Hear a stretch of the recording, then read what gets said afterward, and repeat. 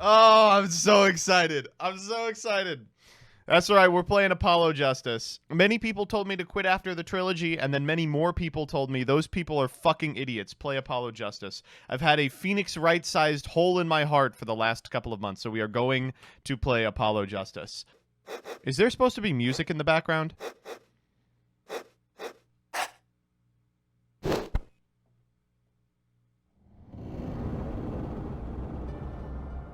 There we go. Okay, let's actually use the headphones. This is just going to echo.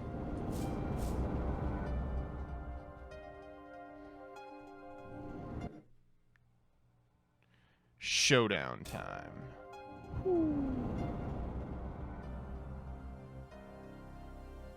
You lose. Oh! Oh!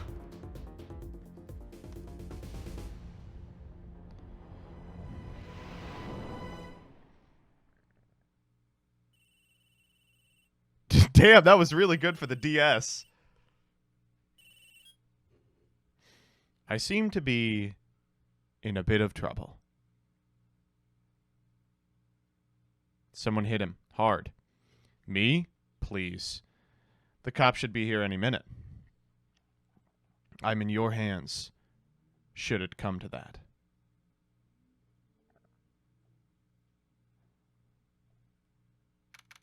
We're back, baby! We're back in court! Let's go! April 20th, 9:37 a.m. District Court, defendant in lobby number 3. Palms are sweaty. Knees weak. Arms are heavy. There's vomit on my sweater already. Ah, good morning. Good morning, sir. Who is this guy? You look tense, Justice. Wound up tight. Wound up, sir? No, I'm loose. I'm fine. That screeching noise. Is that your voice? I suppose it's to be expected. Your first trial, and it's a homicide. I guess justice doesn't start small, huh? I'm fine. Got up at 5 a.m. to do my Chords of Steel voice workout. I'm fine. That explains it. I did detect a certain rasping quality to your screech. I overdid it again. As you know, your client today is a good friend of mine. I wouldn't want to let him down, if you get my drift. Drift gotten, sir. I'm all over that drift. As it happens, I dined with him the night of the murder. We can't let this case fall through. I'm fine, sir. One more thing. Don't say you're fine quite so much. People might take you the wrong way. I'm okay. We'll be preparing our case. You might want to introduce yourself to the client. Okay. My name is Apollo Justice. If it isn't clear already, I'm a new attorney, and today is my first trial. Not that I'm worried or anything. The defendant has been accused of murder. My boss wants to help him out, of course, and so do I. I mean, there's no way he did it. Not him. No way.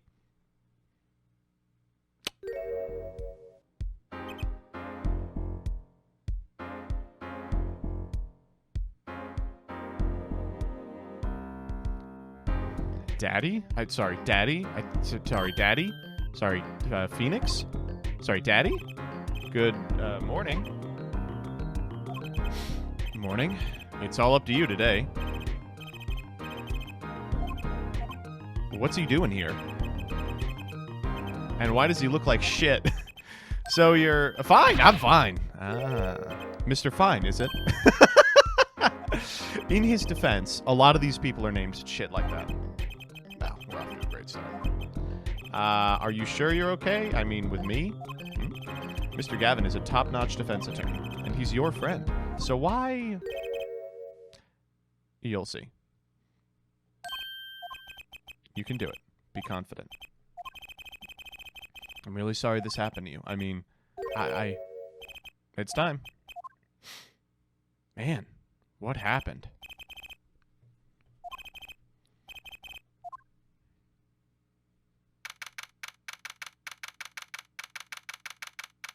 This case actually takes place on 420.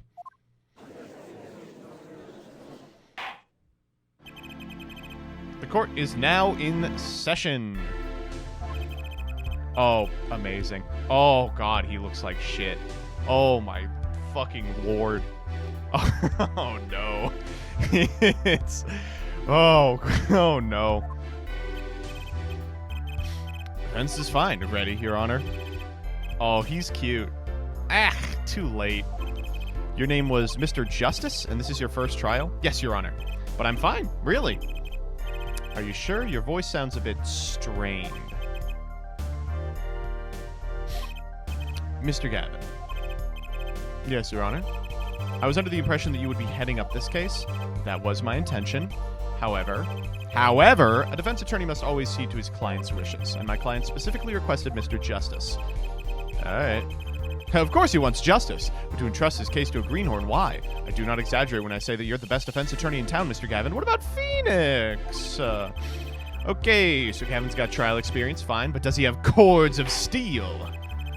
Let's begin. The defendant may enter the courtroom. What are you doing here?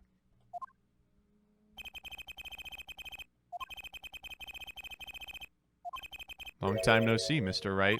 Whew. Jesus Christ. Piano player.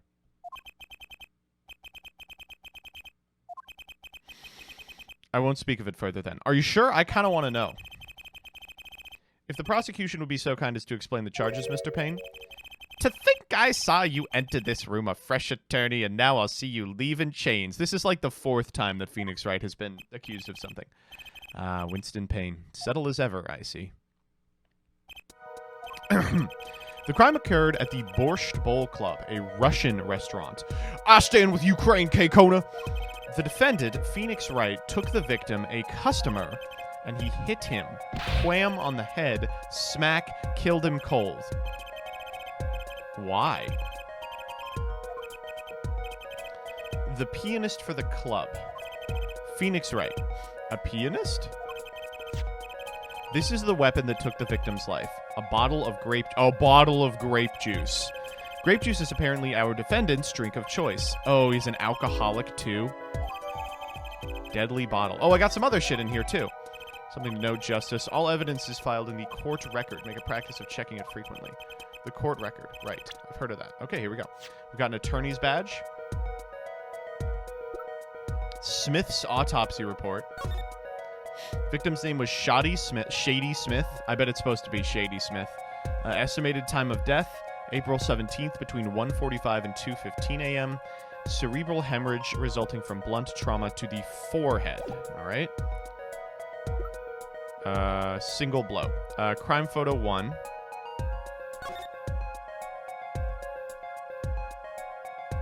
I'm glad they put the hat back on him. It really is grape juice. Oh, good. This fucking stupid thing again.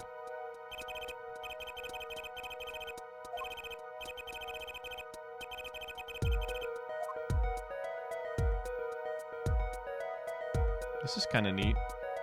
Wow. Trying to get that grape juice sussy. All right, that's all I'm saying about that. Profiles? Sorry, we got some profiles. Kristoph Gavin, boss at Gavin Bullshit Office, a first-rate defense attorney. Phoenix Wright, pianist at the Borscht Bowl Club. Oh, this is 10 years later? Shady Smith and Winston Payne. He's 61. God, he looks terrible. Use the court record button to look at the evidence so far. I'm confident in your ability to handle this. Right, 7 years, right. 7 years after the third one. So the victim was a customer at this restaurant. But just who was this Shady Smith fellow? We believe he was a time traveler. A traveler, Your Honor. According to his passport, he had been out of the country for a number of years. He had only returned to this country recently, though his place of residence is unclear. And he had some sort of connection with the defendant? That, too, is unclear at present, Your Honor. We believe they first met at the Borscht Bowl Club on the night of the crime. If they had only just met, then why murder? Perhaps the victim slighted the defendant's piano playing? That does not appear to have been the case. No, the motive had nothing to do with the defendant's lack of playing skill, at least not piano playing. It was card playing. As we can see, a game of poker was in progress at the scene of the crime. Isn't poker gambling? That's a crime! What? This is what happens when you don't live in the beautiful country of America. Objection! Ooh! A game in the pure sense. A competition, Your Honor. We were not betting money, I see. Clash of passions. Only the cards know its final outcome. Come again? There was no money. The cards had blue backs. I believe the defense was waxing poetic in an attempt to mystify those present and impress women. That will be our first order of business here then, to find out more about this fatal game of cards. Literally a fucking shadow game. Oh! That's bad coffee. Oh. Truly. Oh, God, it's really not good. A disgrace to Godot's memory. My God.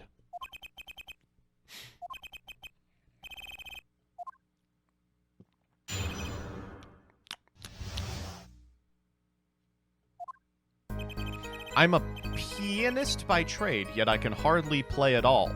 Alright, so my question there is, what the fuck? My real job is to take on interested customers over at the poker table. The room where we play and the competition there are the club's main attractions. The rules are simple. We play a game of poker using 2 decks of cards. That's all it is, a game. And our customers are happy.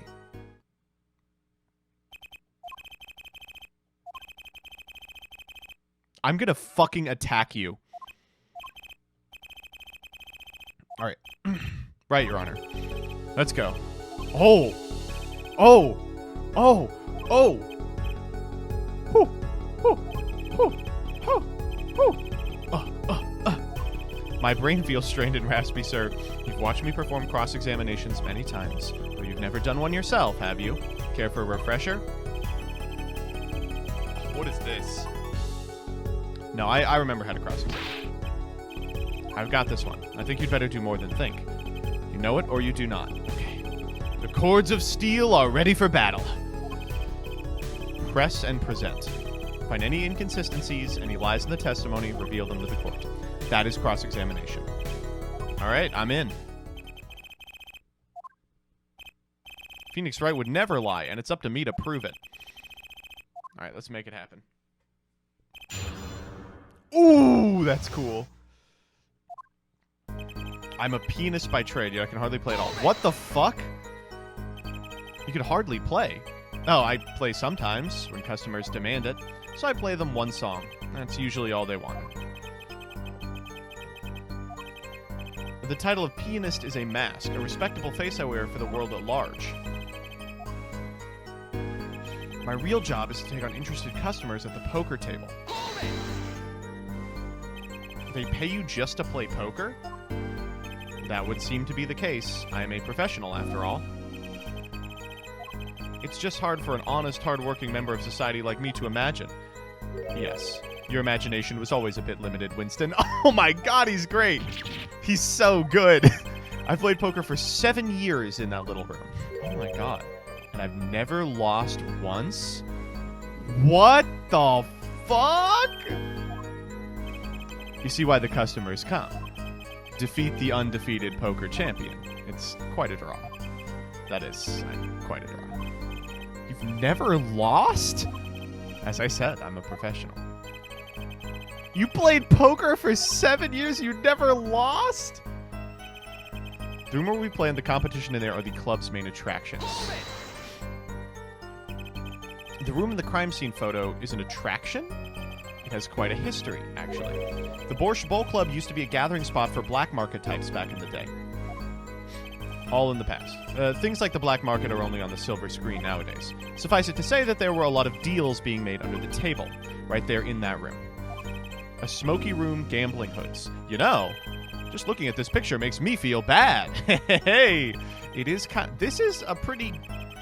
This is not a bad attraction. I would go do this. Get into a smoky room with the undefeated poker pianist. That actually does sound fun. A goon. Big Rig 14, thank you for the sub. Oh, I think alerts are off. Let me turn that back on.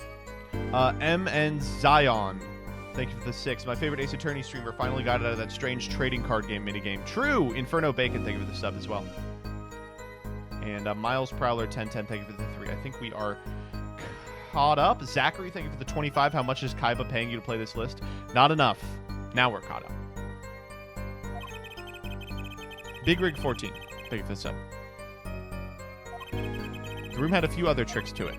That was common knowledge to our regulars. At any rate, they come to play poker in a room steeped in history. Despite the dark past, it was all just good, clean fun. The rules are simple. We play a game of poker using 2 decks of cards. 2 decks. A simple measure to prevent cheating. If you alternate 2 decks, no one can slip in cards. Okay. In addition to the cards on the table, there are some lying scattered on the floor. Precisely. Cards on the table, cards upon the floor, each one forming a complete deck. A crime scene painted blue by a sad oh my god, this guy is so stupid. We used 2 types of cards at the clubs. One deck of cards was red, the other blue. As I recall, in poker, you make 5-card hands. Be easy to cheat. Heh. Yes. A game of hands. That was strange. What did he just say? What the fuck was that? Well, we didn't get anything. It was a simple game, after all. No. Huh? People are not murdered over simple games, Mr. Justice. You were in the room the very moment the crime occurred. Yet you claim no connection to the crime. Now that's strange. I was testifying about the competition that night. Asking me about the crime at this point is against the rules, Your Honor. Of course, I expected to hear a cry of objection from the defense. Shit. Right, there's something I'd like made clear. Your connection to the case at hand. And I'd like to hear it from you. Sure, why not? The defendant will amend his testimony. Alright, okay.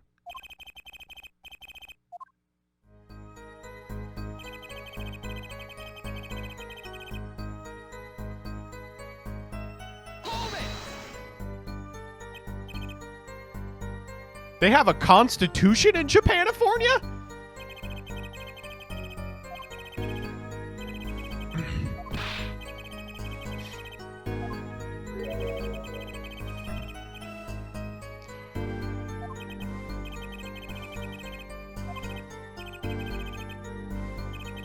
Yes, I did. There's a crazy inconsistency here, yeah. Alright, yeah. I am familiar with how to do this.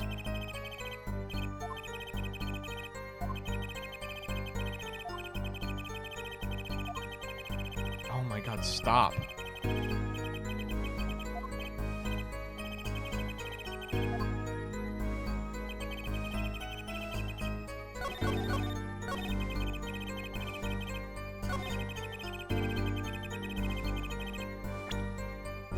So your fucking fingerprints are all over this. Objection! Ooh! I love it. That's so good. So you say you didn't touch the murder weapon. This grape juice bottle? Right? So I said.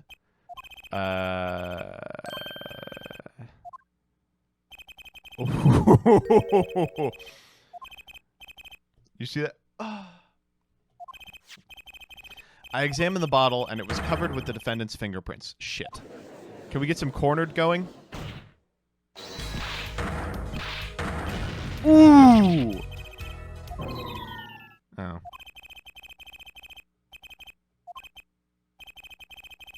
What about cords of steel? Anyway. What's so strange about fingerprints on a bottle in a restaurant? Well, that's true. The prints alone don't prove he did it. Oh, he sounds like shit. Oh, they wouldn't prove a thing if they were normal fingerprints. Huh? But the fingerprints on the murder weapon were upside down. He was holding the bottle inverted, and there can be only one reason for that. What if you're, like, drinking? To brain someone with it. Oh, fucking Christ. This song is so good, though. Gavin! I think things just took a turn for the worse. Oh? I see no problem, Justice. The only thing that matters is the truth. There's a good reason for everything. You'll see. if he fucking says, I plead silence. Come on, you son of a bitch. For now.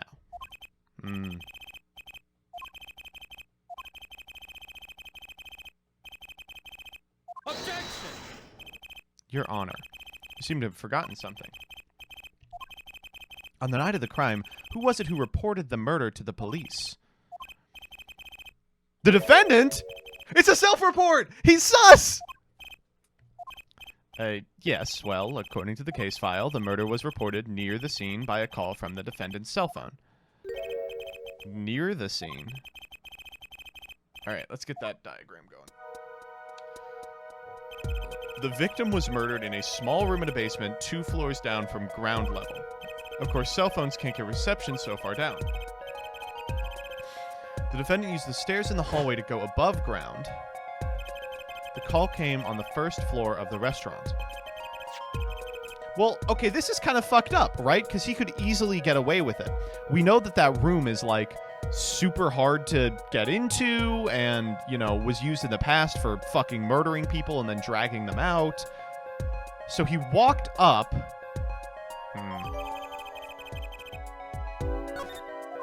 This is good. Yeah, he could have left, but he fulfilled his duty as a citizen and reported it to the authorities. And you claim he's being uncooperative. Okay, thank you, Gavin. I think the prosecution has toyed with our client enough for the time being. What was it you said? The defendant was in the room the very moment the crime occurred. How can you possibly know this? The answer is simple, Your Honor. The prosecution has a decisive witness. Oh! You're as good as they say you are. Oh, shit. Here we go. Alright, who are we meeting? Everything up till now has been a warm-up, Justice. Are you ready? Let's make it happen. Prosecution may call its first witness to the stand. Wait, was Phoenix Wright our witness? Who is this?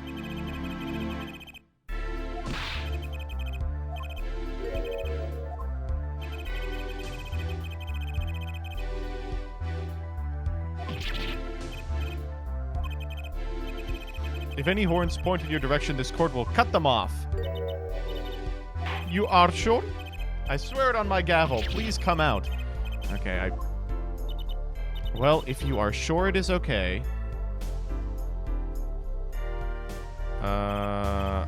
Who is this? What the fuck? Would the prosecution care to explain the witness's, paraphernalia? She's a professional. Those are merely the tools of her trade. My name is Olga Orly. I am employed as waitress in Borscht Bowl Club restaurant. Why do you have a camera? Of course, it is my pride to serve borscht that is naming restaurant. Okay, so... But I also perform, how it said, other service.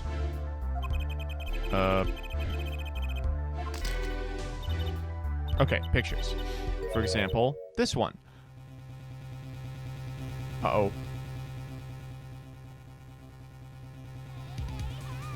Olga! You gotta get the fuck out of here. Doug! Thank you for the raid. 357 people here to not watch Yu-Gi-Oh! Great! Excellent! Well, hello everybody. I hope you appreciate this. We started playing Phoenix Wright again. We are on Apollo Justice now, so we're, you know, Apolloing the Justice. That's, the defendant? Indeed. On the night of the murder, man in white hat is one who has gone kaput. Okay. I mean, I don't know how this proves anything. It's just a picture of the two of them sitting together. This is quite piece of evidence to casually drop into our lap. Double raid? Who else raided? What? 2 raids? Is there a second one? Farfa raid? No fucking shot. Oh, Farfa, I'm sorry. You shouldn't have raided me. Farfa raided Dazif, and Dazif instantly raided you. Got it. Okay, thank you all. We have now arrived at the ultimate conclusion, which is we are not playing Yu-Gi-Oh! Sorry, dumbasses. So if you're new here, I do want to let you know, you may be a casual MBT viewer. You may have heard my name. I would really appreciate if you check out my content, !socials in the chat to get a link to all of that. But on Thursdays, we like to do a Variety Thursday. I can only play so much Yu-Gi-Oh! Before my fucking brain leaks out through my ears. And today we're playing Phoenix Wright Ace Attorney. Just kidding, we're playing Apollo Justice. This quite a piece of evidence. Nope, this is actually the judge. Is same way I drop cold bowls of borscht onto laps of customers, casually. Then the court will casually accept this as new evidence.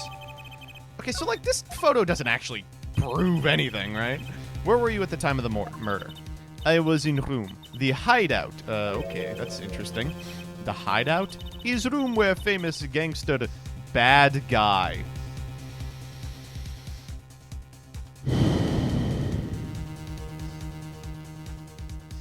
I fucking hate Ace Attorney.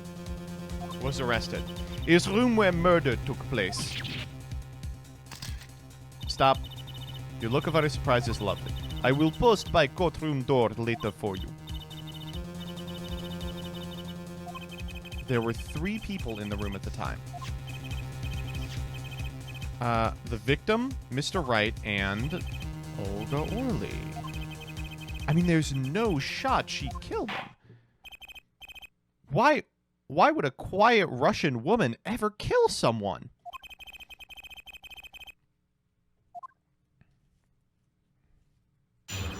That fateful night. That night, customer asked me to deal cards for game. Oh, no. Both players played with hats on. The victim plays whole time with hand on locket at his neck. Then last hand is done, but something terrible has happened. Yes, the man flew at victim and is strangling him to death. Just awful testimony. Who won the game? The winner was the victim, Mr. Smith. He just testified that he never lost. Maybe you can come up with a more legitimate objection. He hadn't lost in 7 years. Take it from me, kid. It happens. Yeah, you would know. I didn't lose a case in my first 7 years as prosecutor either. Incidentally, I have some evidence here. Aces high versus 3 of a kind. Oh, that's a fucking full house. Jesus Christ.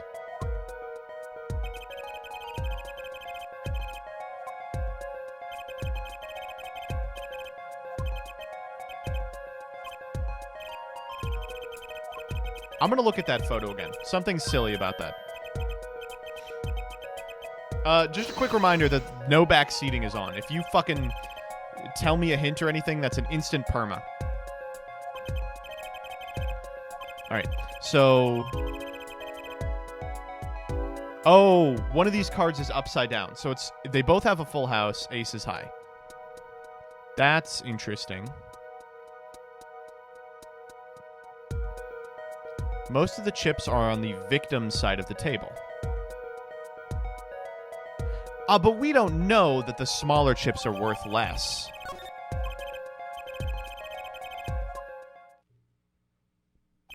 So this, I already have the contradiction. Let's, I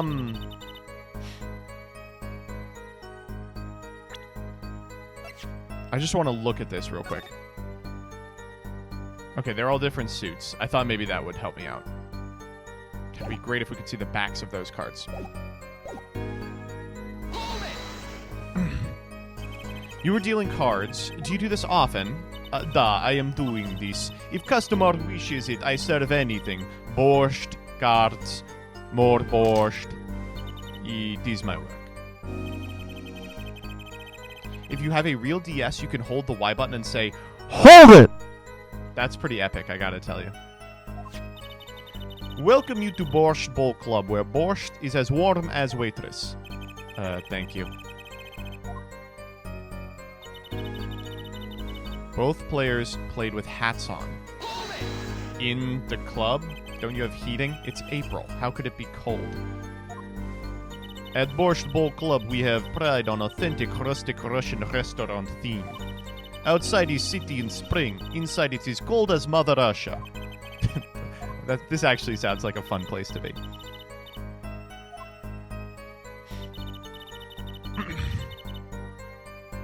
The victim he plays hold time with hand on locket on neck.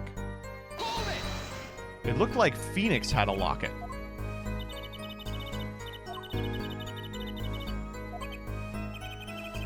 There is some sort of cheating going on here.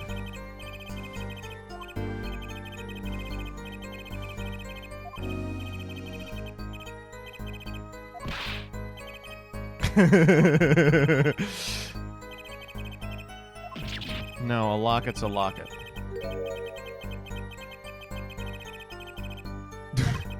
Hard of hearing? This guy's just a dummy. What happened next? Then last hand is done, but something terrible has happened. Something terrible? Okay, sure.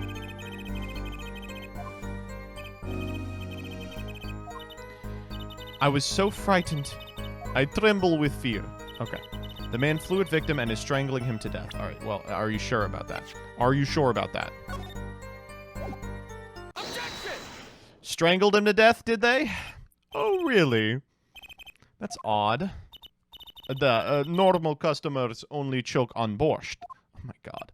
No, the report shows the victim died of a blow to the head. Ms. Orley, really now? Did you witness the crime?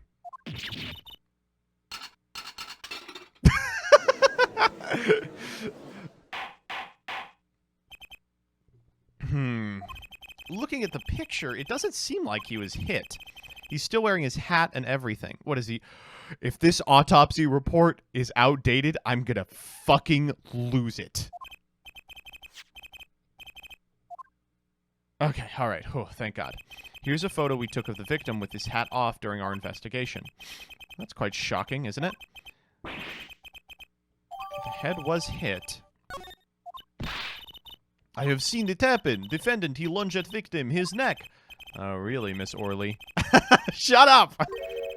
Justice, I admire your enthusiasm, but think this through once more. Yeah, we don't really get anything out of this. There's one thing in her testimony that troubles me. Alright.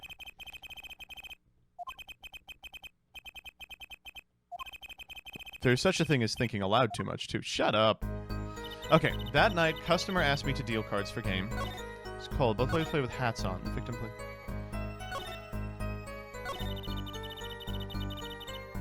Okay, this is new. After defendant tried to strangle him, he hit him with bottle. So sorry. I must be forgetting this, da.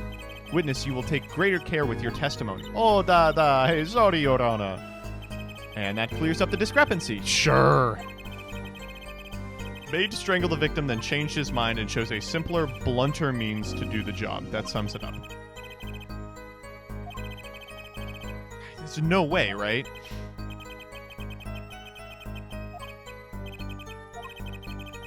There are only 3 people in the room at the time of the murder. The victim, Shoddy Smith, Mr. Wright, and Orley. Okay.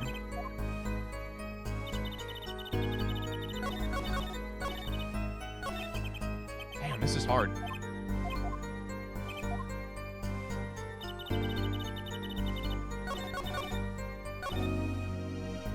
Defendant tried to strangle victim. He hit him with bottle. Okay, let's see what our evidence looks like.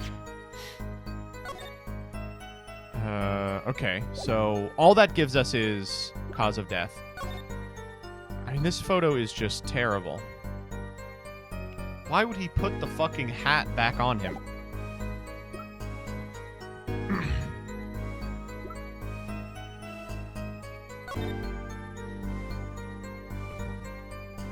Oh! Something going on here. The batteries are held in with a piece of tape.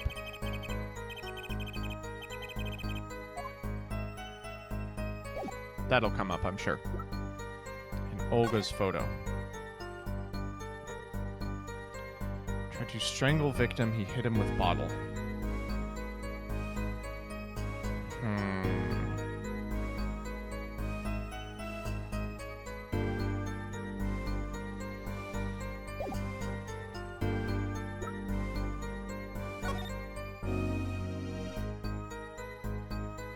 Doesn't really look like this same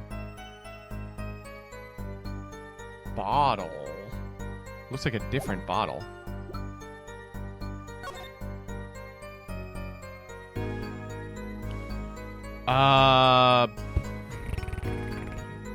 He's missing the pendant in this one.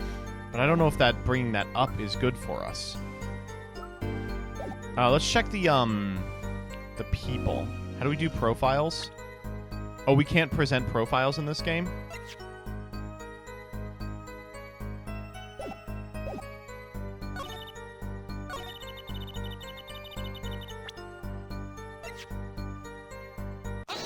Let's try this out. You know, there was one curious part in her testimony, just like Mr. Gavin said. But what does it mean? You see, that's where I am. I'm like, I mean, we could theoretically do it. So recall the testimony, Your Honor. The victim played with his hand on a locket at his neck, I believe she said. I hope you aren't about to raise an objection to the witness's grammar. No, but look at this photograph. There's no locket. Well done, Justice. I'm impressed. I knew you'd be able to handle this. But but we're not getting anything out of this. The locket disappeared following the victim's death. Well, it didn't really disappear. It's on Phoenix Wright's neck.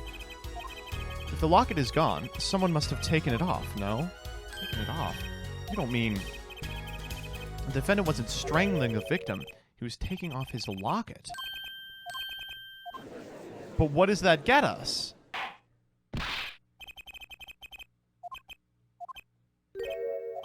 Yes. I just noticed this, but... Are you wearing the fucking locket right now? Oh? You mean this? Yes, it's a locket. With a photograph inside. A photo... of my daughter.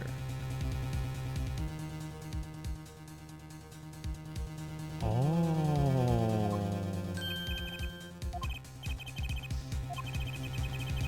We confirmed it at the time of the arrest. The picture in the locket is Mr. Wright's daughter.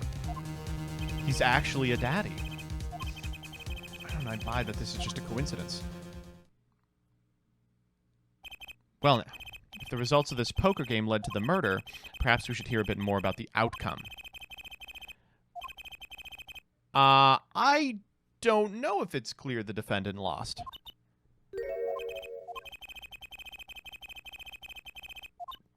The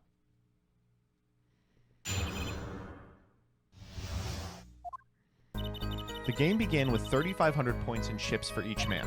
House chips come in two sizes, small and large. The one who was winning, it was victim. For last hand, defendant play with all chips on table and lose. The moment loss was decided, defendant grabs bottle from table and beats the fuck out of him. It seems to be a one-sided game. I mean, is it?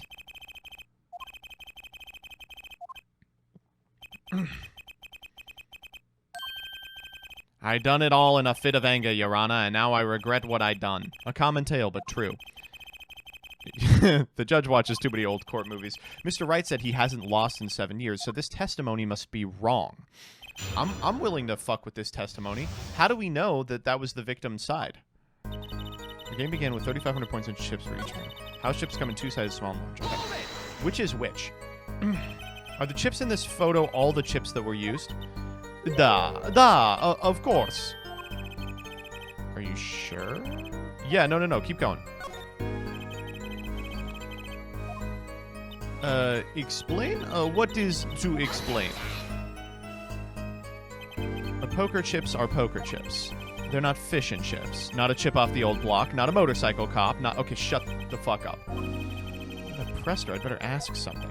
What are these chips worth? Dollars or rubles, even? Yet, as I have been saying before, it was game, not gamble. Hard, perhaps, for capitalists to understand. Okay, asshole. Two types of chip, 100 point and 1,000 point chip. Is not money, da. Justice. Don't you find her comment interesting? Yes, I do! We must overthrow the capitalist masters. In more ways than one, sir. I'd have it added to her testimony myself. Yes, please. Just throw it in there.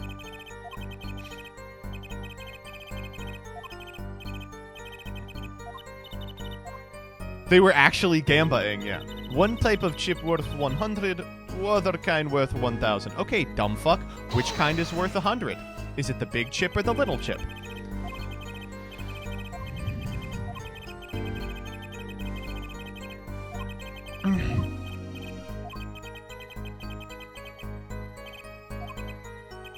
The two types of chips. Yeah. The small ones are 100 and the big ones 1,000? Right? Don't waste our time. No, I really want to know the answer to this question. Yes. Oh, Justice. Please try not to embarrass me like that. Huh? There's a clear contradiction in the information you have in your hands. It's a simple matter of calculation. Go on, try it. We're not in kindergarten after all.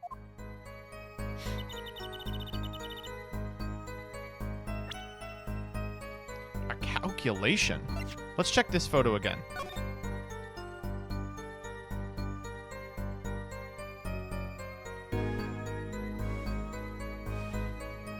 I mean,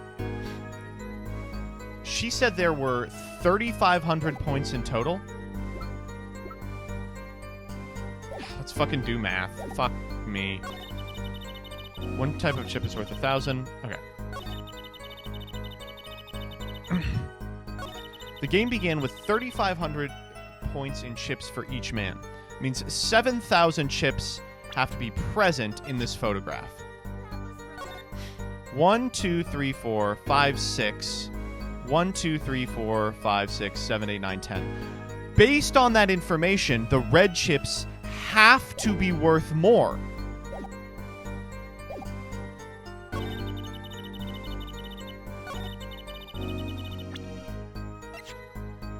Objection! You're sure it was the victim who was winning? Absolutely sure. I literally got it as soon as I saw the chips. I was like, oh, the small ones are worth a lot.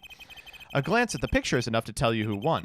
If you're not in kindergarten, just for safety's sake, could you explain the problem to the court? Of course.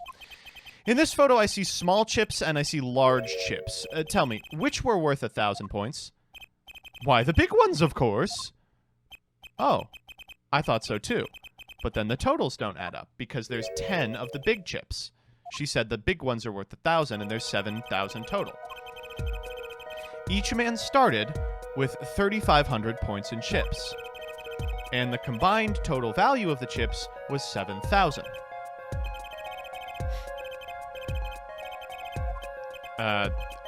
Okay. Now, look at this photo. This is all the chips. 6 red ones, 10 little ones. If the big chips are worth 1,000 and the small ones are worth 100 and you add them up, how much is it? Please. 10,600 points. The chips don't add up. However, the small chips being worth more. How could this be? Exactly. Now that you know the what, you must determine the why. Okay, sure. There's only one possible way to explain this contradiction.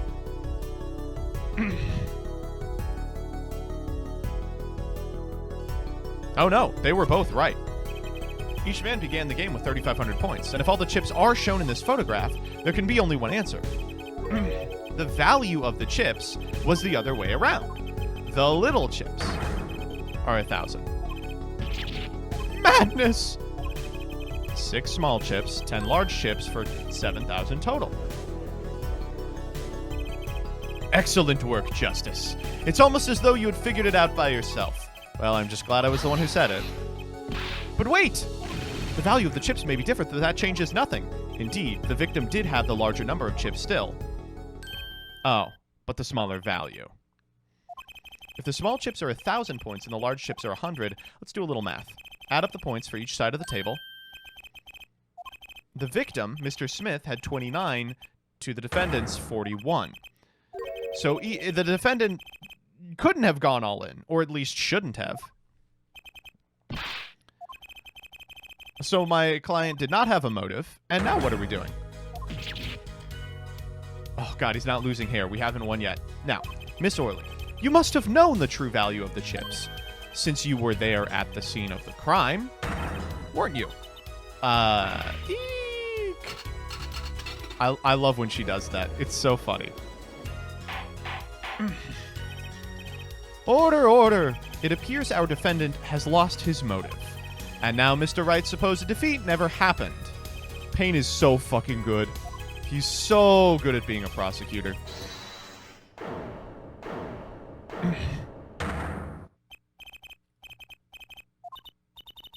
I did not want to be saying this, but actually, in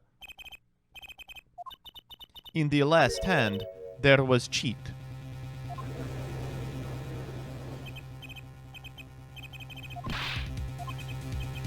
Sorry? Yes, there was cheat in last hand. That is why game ends with chips as they are. First we have lying, now cheating. Well, this case certainly has taken a turn for the interesting. Alright, let's make it happen. The final hand. Last hand, both men had full house. Yep. There is 4 of each card in deck. Ace to king. True. If you look at both men's hand, cheat more obvious. The next moment game become argument da the defendant's trick was exposed. He took bottle in hand. Poor Mr. Smith. What? What cheat?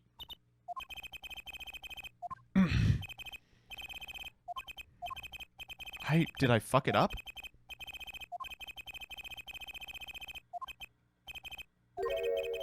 What's a full house? You don't know your poker? Or what, I'm supposed to be breaking the law? Justice, you know the terms 1 pair, 2 pair, and 3 of a kind, yes? Yeah. Sadie, quiet. Now picture a hand of 1 pair and 1 with 3 of a kind. That's a full house. Okay. So what's the fuck up?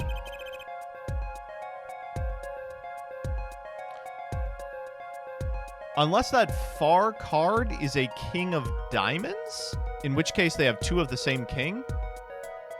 They both have full houses. We forget there's an easy way to make a full house and go undefeated for 7 years. You cheat.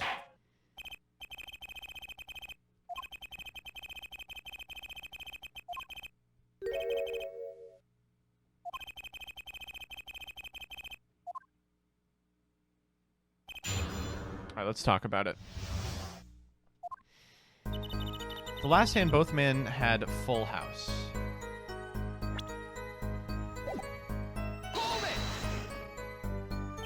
Just how hard is it to make a full house? It is very hard. He's making a pair of 3 of kind at the same time. Alright, thank you. Again, we'll just perma you for backseating.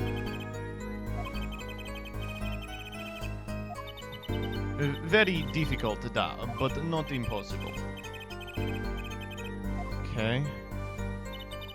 There is 4 of each card in deck from ace to king.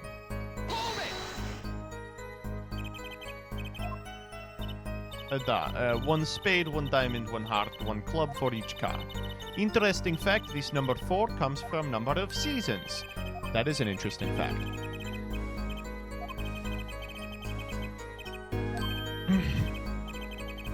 That's not... How does everyone here know all this bullshit about fucking poker? So the joke is that everyone here plays poker, right? Okay, talk to me about the trick. How was it clear? The defendant... Oh, if you're asking about, Ace Attorney 3, it is lost to the ages, unfortunately. I think Ace Attorney 2 is as well. He played 5th ace. Oh? I still remember both hands very well. Mr. Smith, 3 ace. Oh.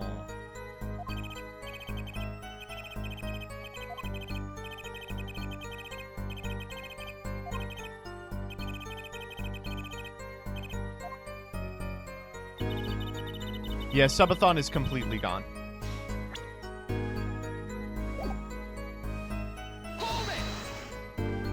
Sorry. I fifth ace? Should not exist, no. I remember both hands very well. Two ace of spades is what I'm seeing, right? Yeah.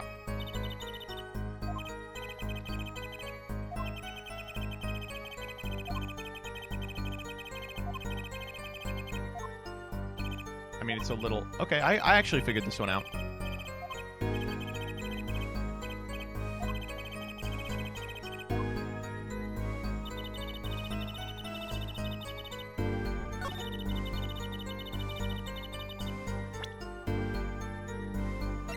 How do I... How do I do this? So the reason that this is okay is because they use 2 decks. Let's try this one. Nope, music didn't stop.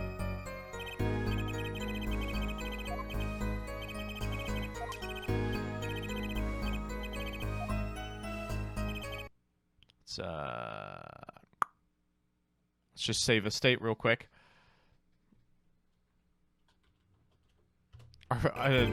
We gotta prepare to save scum.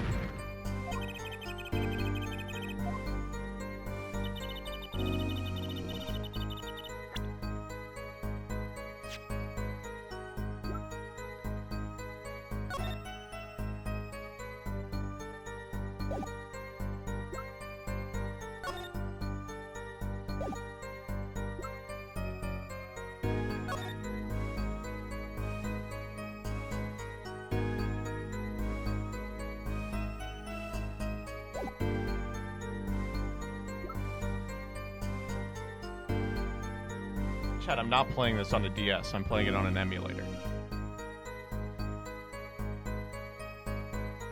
But I'm emulating a file that I ripped from a copy of Apollo Justice that I have. It's completely fine.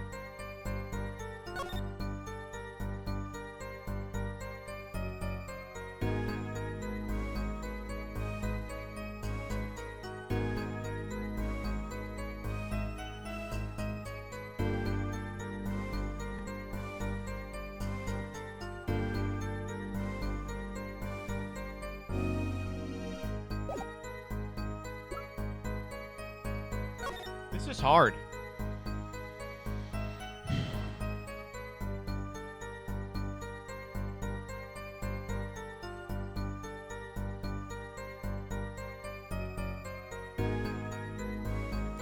What is the issue?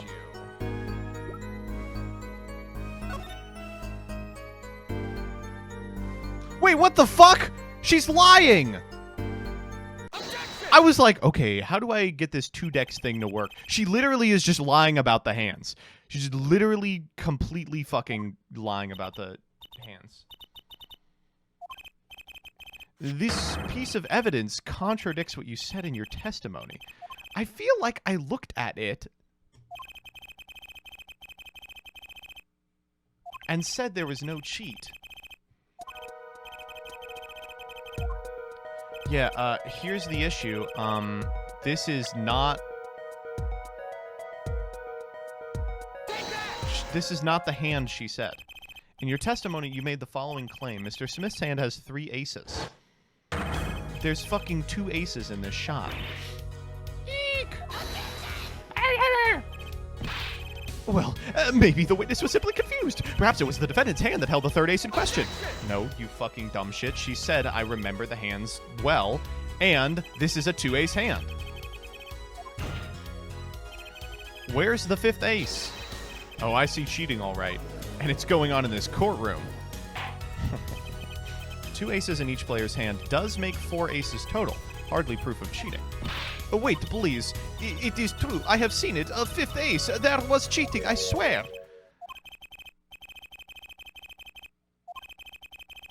That's interesting.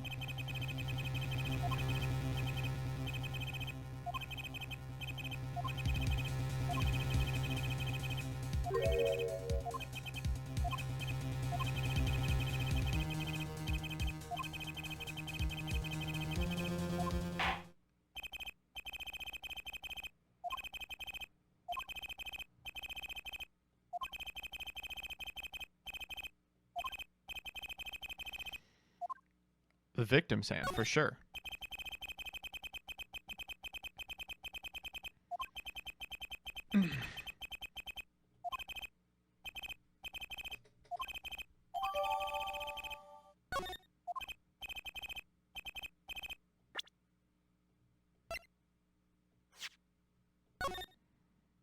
If I flip this over and there's a fucking ace on the back, I'm gonna come.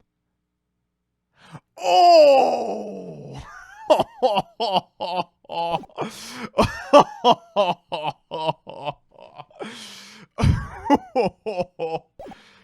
Oh, well.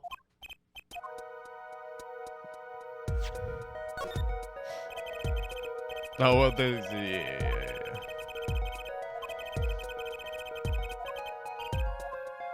Oh, DS feature. What's going on here, buddy? Your Honor, look at the fucking cards. One of the cards is literally from a different deck. Huh? That's impossible. Oh shit, I gotta move this now that the NordVPN is here. Torchan, thank you for the sub. I'll put it over here. Yeah, that looks good. But I put card in right hand. Oh! Run that shit back! Yet, I said I have. Tell me, what is the easiest way to cheat at poker? To cheat? I'll tell you. One merely needs a friend, a comrade, shall we say, the dealer. This witness, Ms. Orley, she's the cheater. A professional, I wager. Yet. Our jet. Time to take the advantage. Whoa! Let's run that shit back, Apollo. Please recall the testimony you just heard. That's impossible. I put that card in Wright's hand. Ergo. Orley conspired to cheat not with my client, but with the victim, Mr. Shady Smith. Oh my god.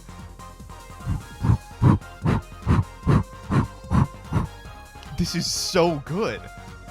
Holy shit. Not only did she cheat, she cheated poorly. And Coder made a video about it.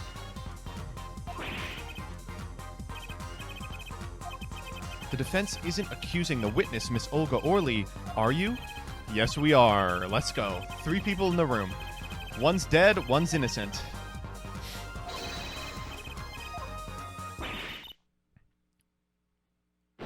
The borscht! Oh, thank God. Okay.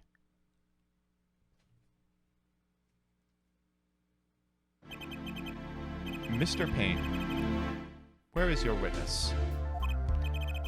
She lost consciousness, Your Honor. Mr. Justice, Your Honor.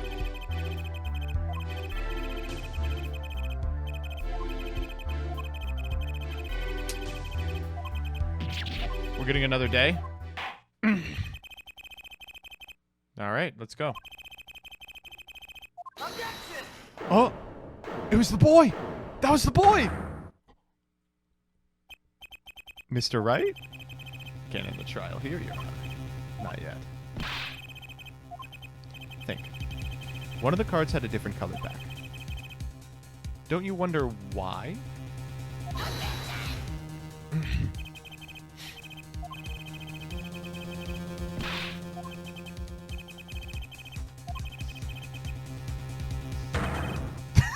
He is kind of a dumbass. Perhaps we should get to the bottom of things. Let's clear up the facts about the game that fateful night. He's testifying again? Okay. As was said before, we alternated between 2 decks of cards that night. That was said before.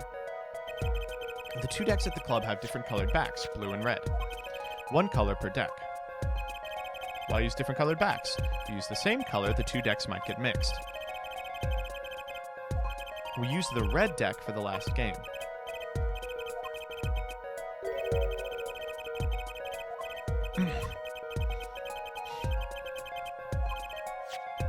In the end, 1 card of the wrong color got into the mix, which means there was cheating.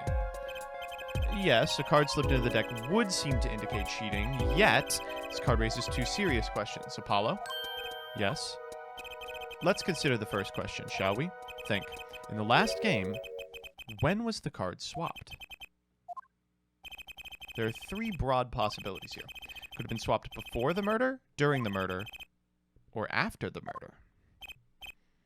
Well, yeah, thanks for the news bulletin, Mr. Wright. Of course it was a swap. Oh? It might be as simple as you think, Mr. Payne, or it might not be. I'd like to hear what Apollo thinks. When do you think the cards were swapped?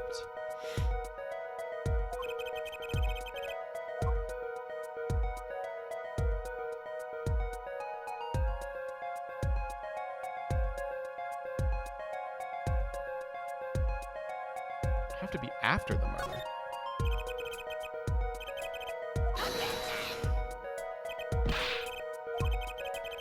What's the point of cheating after the hands have been shown? That's silly. But tell me, how do you swap cards during the game? Take it from me, son. There's a lot of silly in this world, but very little impossible. Even when the backs of the cards are a different color, if you pulled that during the game, you'd be caught in no time. True. That would mean that the blue card in question was swapped after the hands were shown after the murder. Okay, this is going past silly and straight on to crazy. I ask again, what's the point of cheating after the game's over? Who would do that? Well, I mean, it establishes a motive, right? Phoenix lost. Who indeed? It's one of the mysteries before us. Yes. Who swapped the red card for a blue card? The game and murder is done. The victim is dead. Only two remain in the room. Alive, that is. The defendant, Phoenix Wright, and our witness, Olga Orly. So who was it that swapped the red card for a blue card?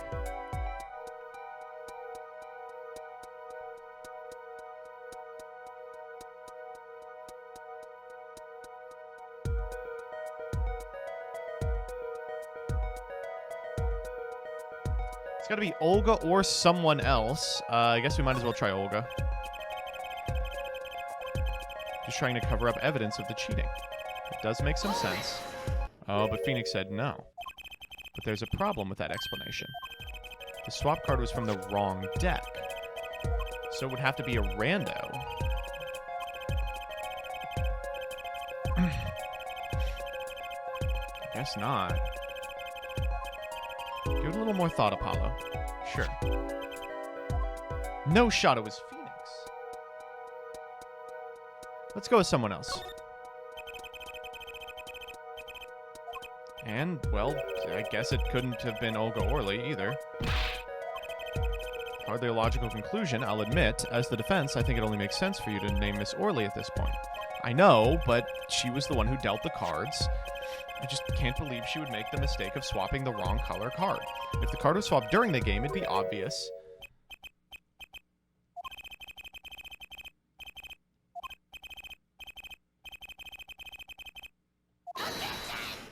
Fun? If the one who swapped the card wasn't the defendant and it wasn't Miss Orly, then who was it? Yeah.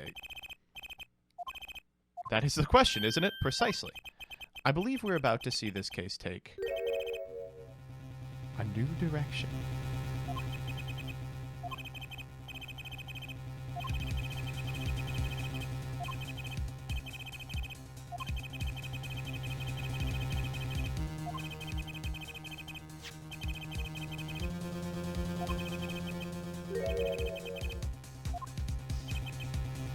Right. I shouldn't have replaced it with an ace.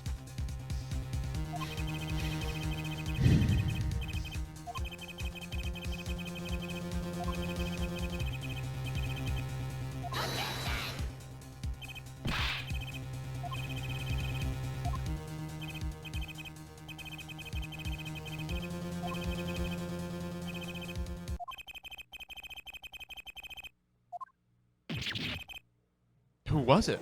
Who could it have been? Holy shit. I believe the judge spoke truthfully earlier. You do make trials ridiculous, Mr. Wright. The trial has proceeded on one central assumption, that at the time of the incident, there were only 3 people in that room. I believe this new evidence overturns that assumption. The problem is that you chose to conceal this information from the court. I suppose that is a problem. Court is adjourned for a brief recess. Mr. Gavin, I'll see you in my chambers during this recess. Certainly, Your Honor. Very well. The trial will resume in 20 minutes. That was quite unexpected, Mr. Wright, to suddenly claim there was another person at the scene of the crime like that. I must ask, is it the truth? Well, now, I think you would know the answer to that. I guess so. Being mysterious, are we? I'd only ask that you leave the defending to your defense in the future. Otherwise, I cannot guarantee the outcome. So you haven't mellowed out one bit, Kristoph. Justice?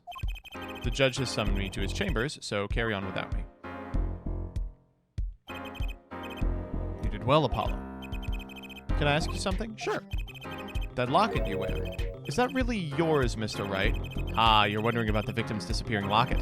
Here, you can take a look at it. That's a picture of my daughter in there. Why does his daughter have a fucking top hat on? I'm just surprised to hear you had a daughter. Most people are. Perhaps you'll meet her one of these days. One more question. The one who cheated that night, was it you? What do you think? You know what happened 7 years ago? What I did? What?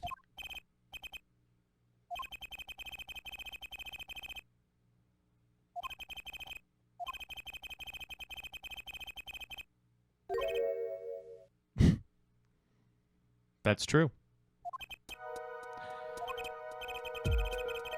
Poker is all about reading your opponent. In that way, it's a lot like a court case. Poker is like trial law? Figure out what your opponent is thinking and you win. Sure.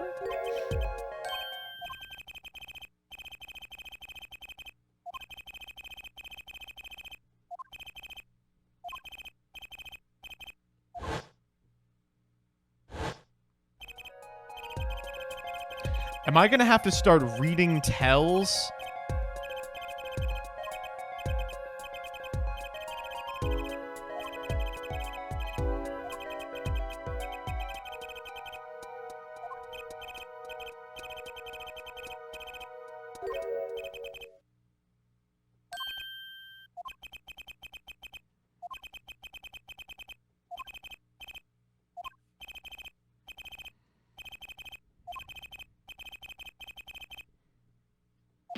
What?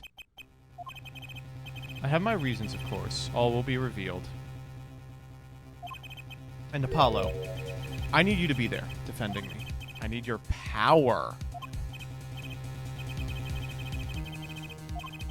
It's time. What the Oh, there's a day 2 of this? Son of a bitch.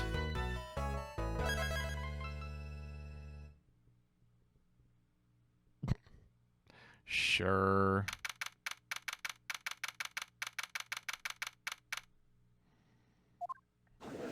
Okay, at least there's no investigation. Court will now reconvene. Alright, we've got 45 minutes to wrap this up. Has our witness recovered? Yes, Your Honor. Or, she's regained consciousness. You see, she's quite fatigued. You're looking a bit fatigued yourself, Mr. Payne. Sadly, fatigue is insufficient grounds for refusing to testify or prosecute. The defense would like to request that Mr. Orley take the stand.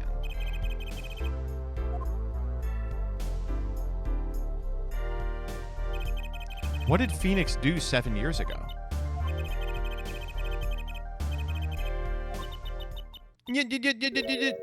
Not.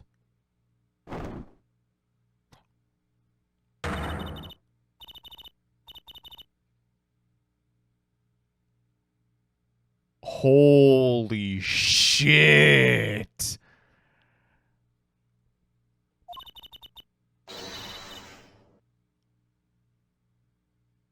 Oh, you're telling me instead of a disgusting Russian, she's a pirate? Want to know something else? I'm not really Russian. And my last name sounds like, oh, really? There, that's the truth. I hope you're satisfied. Fine, I'll talk. We had a plan, see? Let me remind you, you are currently under oath. Any further fabrications will have serious consequences.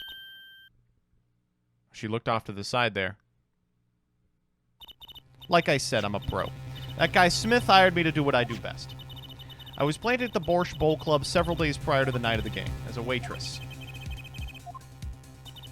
Not that he needed my help, Smith is a well-known poker player in some circles. But winning wasn't the main purpose of this game. It was about destroying a legend, the unbeatable Phoenix Wright. The plan was simple, elegant, really. You see, we set up a trap of sorts. I was going to plant a card in Wright's pocket beforehand, and then deal 5 aces during one of their games. When the hands were revealed, Smith would call him out and search Wright. He would then pull out the planted card. The trap would snap shut.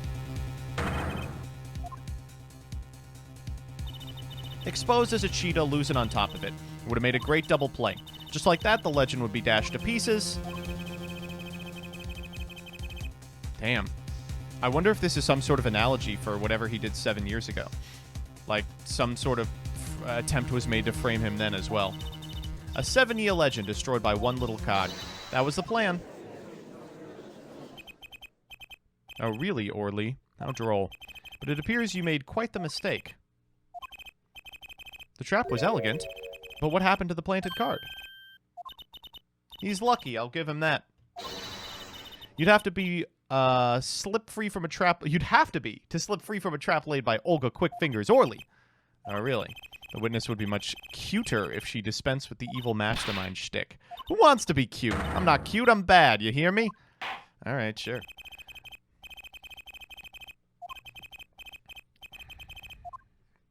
We got some testimony.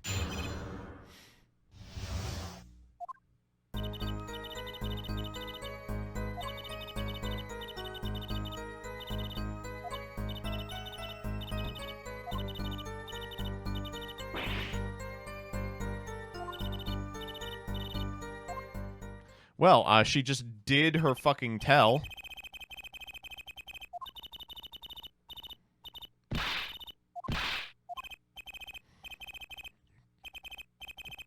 All right, let's make it happen.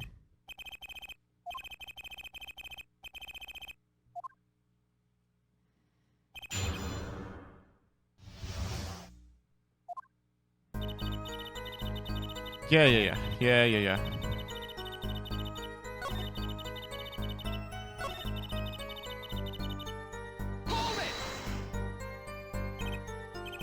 Isn't that a little odd? You searched Mr. Wright thoroughly and found nothing, which means he didn't cheat, which means he had no reason to strike the victim. Oh, well... What the fuck was that?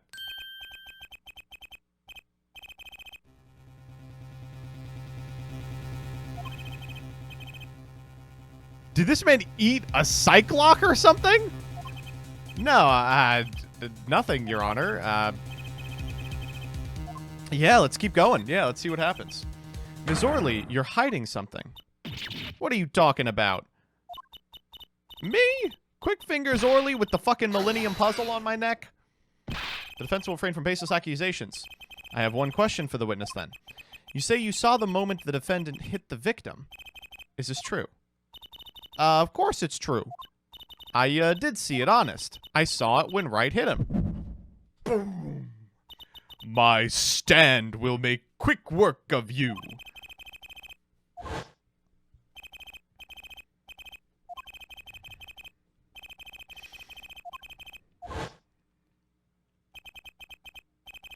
She's not a very good liar.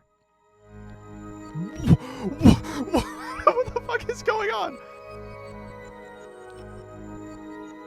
This is so fucking cool. The sensation.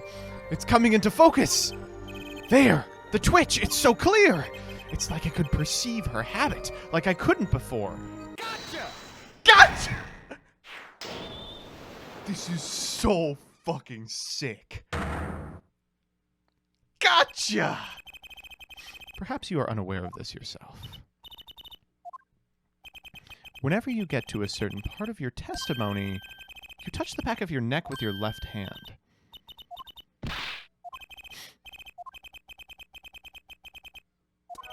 When she says that part of the testimony, she's subconsciously recalling something. Her body reacts to the memory and she touches her neck. I'm sure of it. Okay. It's unusual, but let's ask the defense. You claim the witness is remembering something. Maybe you have evidence of this memory. Her habit is scratching her neck when she talks about the moment of the crime. So what would remind her most of the moment of the crime? I noticed it happens when you think about the moment of the crime. There must be some reason behind this habit of yours. Leave the weapon that left an impression on your neck is this.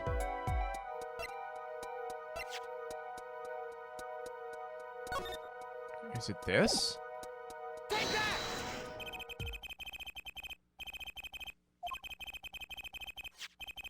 The bottle. But something doesn't fit. If you were the only witness to the crime, why would that make you touch your neck like you're in pain?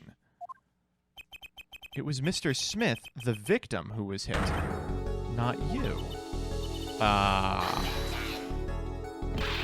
This is a cross-examination, not a cross-wild You know, I gotta agree with Payne for once. The witness's habits, they're irrelevant. Justice, I'll admit, I'm a bit confused myself. This is a unique cross-ex. I'll explain later. Just trust me. Now's our only chance to break her.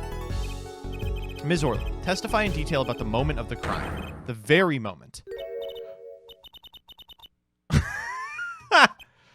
I am knowing nothing. We know you're not Russian.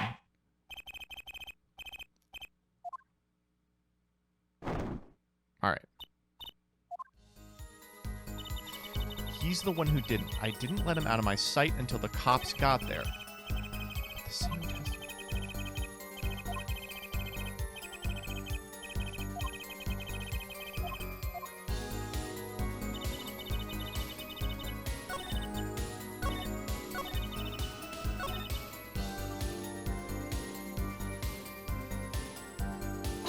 Let's press her on it.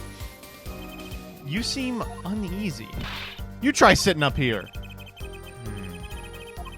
Tell me, after the crime, what was the defendant like? Well, he must have been stunned by the weight of his crime. He sat in a daze at that table until the cops came. Intriguing. It fucking sucks. So, 18 things wrong with this. Phoenix Wright couldn't have sat in the chair because you can't get cell reception in the basement, and he called the cops on the cell phone. Actually, that's the biggest part. Show us the evidence, Mr. Justice, that you claim contradicts the testimony. She didn't let him out of her sight until the cops got there. I know there's some evidence that contradicts that.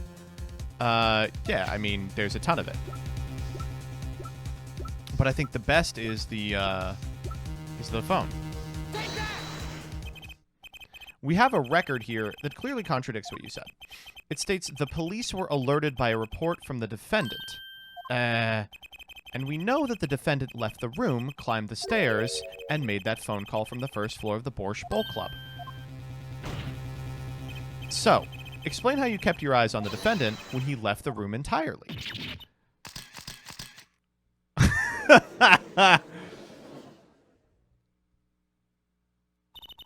The man who picked up a bottle and swung it that night wasn't the defendant.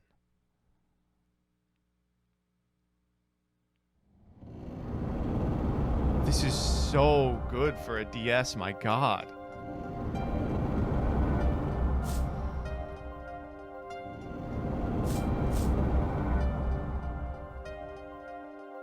Showdown. You dirty cheat. Check his pockets now. It's gone. The card's gone. Oh. You lose. Just then, Smith grabbed the bottle from next to Wright, and he hit me. Oh, for losing the card. That fucking cracker. Oh my god, look at that. When I came to, the victim was already dead. That's why I couldn't reveal who I really was. It came out that I was in league with Smith. I'd be a suspect for sure. You're banned? Wait, how is that against Toss? No, I'm not. Whoa, whoa, whoa, whoa, whoa. I'm referring to the the oyster crackers in the soup. It's the Borscht Bowl Club. I'm saying he's worth less than the little pieces of bread in the soup. Also, Shoddy Smith is probably not a white person. Well, where does this leave us? Madness. This is madness. I'm dreaming. It must have been me who was hit with the bottle, and I'm imagining all of this. It appears our prosecution is at its wit's end. And frankly, I can't blame him. Mr. Gavin, what do you think about this turn of events? Oh my god. We're going to get off the hook, and Phoenix Wright is going to go, wait! We still haven't figured out who killed him. Mr. Gavin, sir, I believe that, as the defense in this case, we are compelled to call Miss Orley a big fat liar. 3 were in that room the night of the murder. The defendant, the victim, and her, and she has a motive. Her plot foiled, the witness got into an argument with the client, Mr. Smith. The denouement of that argument was murder. I'm no killer. It's a trap. Someone's trying to frame me. Well, we've been told there's a 4th person in the room. What tangled webs we weave when we practice to deceive. So tangled we catch ourselves in the process. Such a hasty conclusion. It's not like you, Kristoph. What are you saying? Why not consider the other possibility? There was another person in the room at the time of the murder. Right, like Mr. Wright was saying before recess. A single card was swapped in the victim's hand after the murder. And the one who swapped the card didn't know 2 colors of cards were being used. A 4th person. This theory again. Your 4th person doesn't exist! It was just Lee Harvey Oswald. Indeed. That's why I decided to bring this case to court. Here, where there's no escape and no chance for deception. The perfect place to catch the real criminal. This man is being an attorney while being stripped of his license. And we're in luck. A clue to the real criminal's identity was kindly provided for us. And right at the beginning of the trial, no less. Apollo, perhaps you know what I'm talking about. Sorry, I have no fucking clue. Remember what I said. The 4th person who swapped the cards made one critical error. They weren't considering the color on the backs of the cards. It's Godot! How could such an obvious mistake occur? The cards used for the last game were red.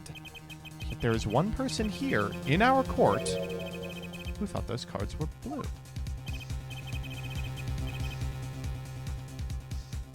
Kristoph?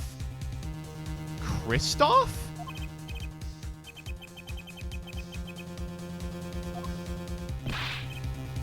How?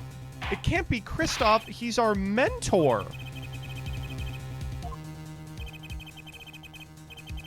He's Phoenix's friend.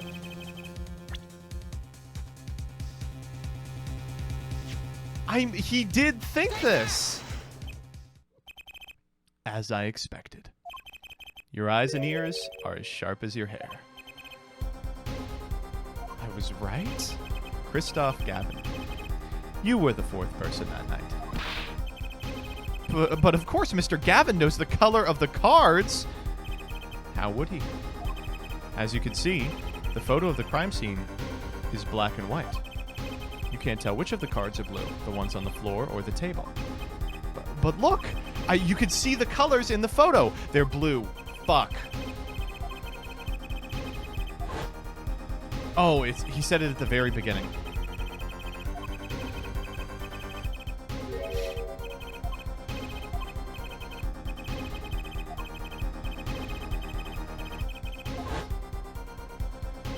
Wow.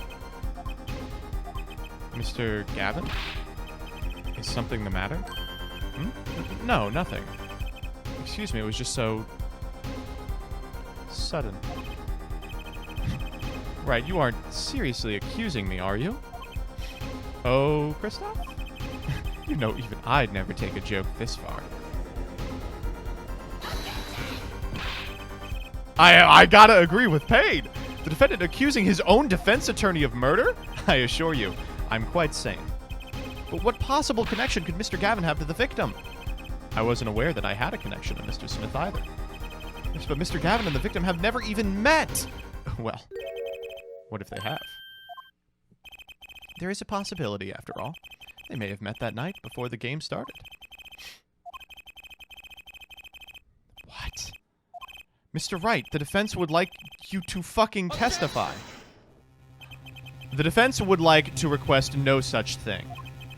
Mr. Gavin? Testimonies must relate to the case. How could anything happen before that game of poker be related? I'm not sure I follow, Mr. Gavin. As I explained before, the defense believes that Miss Orley... No, you're not the attorney. Am I to assume you speak for Mr. Justice in this? He's the defense, not you. Mr. Justice. Oh, I would like to hear it. Absolutely. Oh my god. Phoenix is so good at lawyering. Okay, let's make it happen. A2, Justice. You would betray me, your teacher? I'm sorry, Mr. Gavin. This isn't about loyalty. It's about the truth. Very well. The defendant, Mr. Wright, will take the stand, please.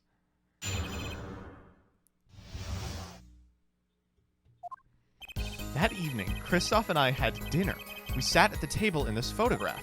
Shotty Smith walked in 5 minutes after Kristoph left. When the trap failed, Smith hit the waitress. The girl was knocked out cold and Smith was uncontrollable. I left to call the police. When I returned, he was dead, blood streaming from a cut on his forehead. That's when I made another phone call to defense attorney Gavin. You were at the Borscht Bowl Club the night of the murder? I dined with him rather frequently. And he talked to the defendant on the phone directly after the murder? Quite against my will, I had to become involved in a murder. I thought I might be in need of a lawyer, so I called him. You were planning this all along, weren't you, Wright? Just because you wanted to drag me into your little murder trial. The only thing I want is the truth. As I did back then. And now. I thought my office was doing you a favor when we took on your defense. It appears that I was wrong. Oh my god, dude. Very well, the defense may cross-examine the witness. Justice. Sir? He's lying, and you're going to expose him. Understood, sir. Jesus Christ. This is his first trial. This is Mia levels of fucked first trial. That evening, Kristoph and I had dinner. We sat at the table in this photograph. Shotty Smith walked in 5 minutes after Kristoph left. 5 minutes? So the two of them could have passed in the restaurant during that time? That would have been a fateful encounter, to be sure. Oh, Mr. Wright. What was it you said? Kristoph Gavin and Shotty Smith may have met? I believe I did say that. Here I was all nervous about this meeting, and now we hear they just passed in the hall.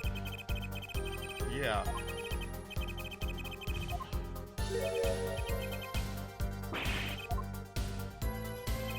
When the trap failed, Smith hit the waitress. Okay, we know this one.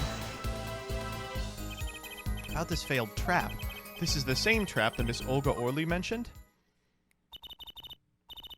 I thought this was the final case. Yeah, I know! It really could have been. I was about to plant a card in Wright's pocket beforehand, and then deal 5 aces during one of their games. When their hands were revealed, Smith would call out and search Wright. He would pull out the planted card, and it would snap shut. You swapped the cards.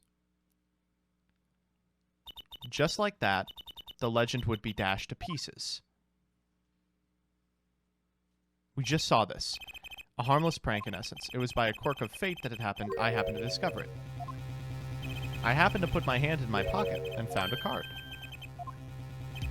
Yes, I snuck a peek at it and found it was the 5 of hearts. I had a feeling something might happen, so I disposed of it before the game. There was an empty bottle of grape juice I had been drinking right beside me. I threw the card inside the bottle. Oh my god. Is it in the fucking murder weapon?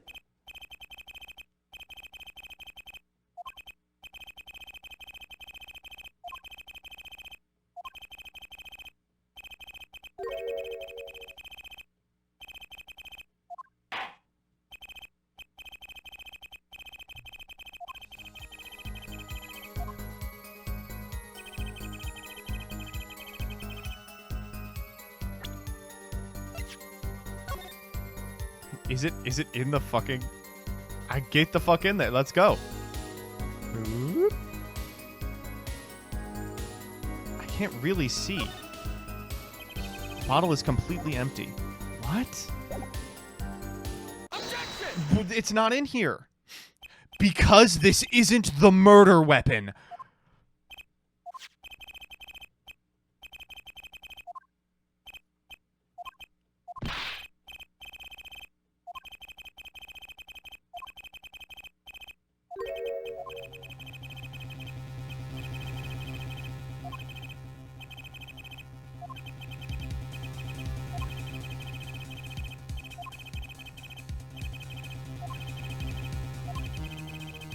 my god. He's so good.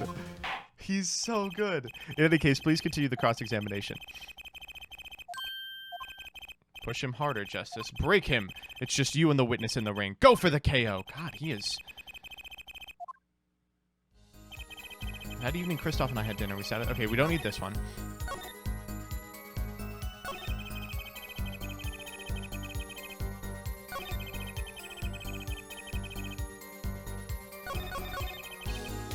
Well, I guess we could press him on this. Why in the bottle? I perceived my opponent's intent immediately. I'm used to entrapment, you see. I knew what was coming. So you struck first. I like that. I know every trick in the book. They don't work on me. Okay.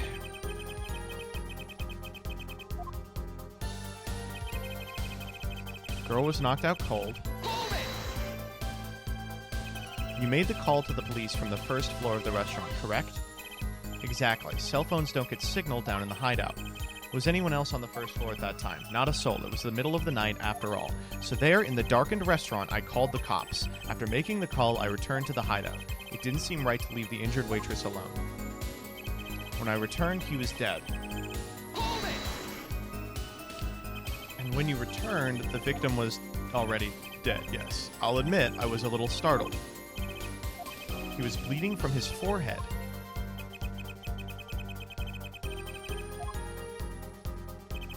That's when I made another phone call to Gavin. Could you explain why you called Mr. Gavin? I'd obviously gotten involved in a rather sticky affair, and I figured Kristoph's law offices would give me a friend rate for my defensive fees. Glad to hear you intend to pay. Oh, I'll pay in full, Kristoph. It was I who got you involved after all. You may find the price of your defense quite high, my good friend. Quite high.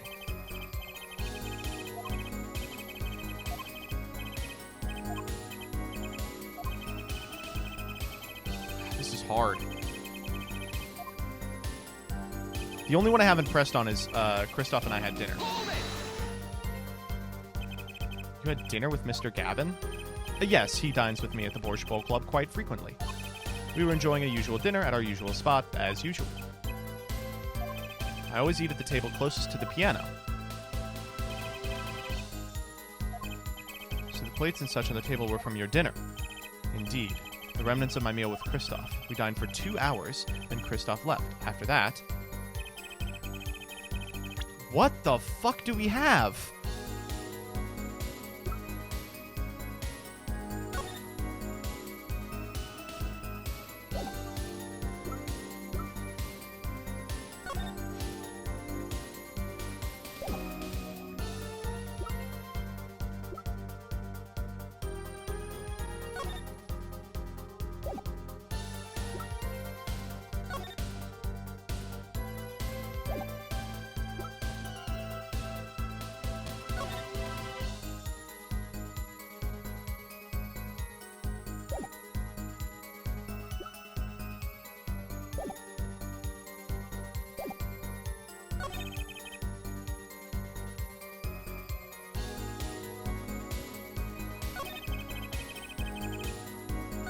So this is the one. This is the one.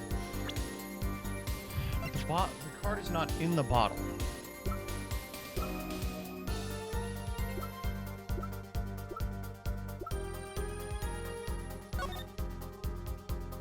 Could it be that this isn't the bottle? Objection! No, that's not it.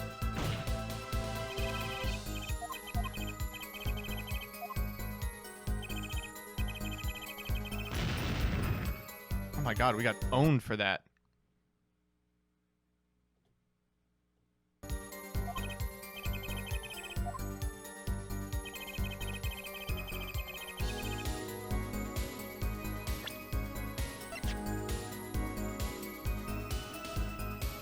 Objection!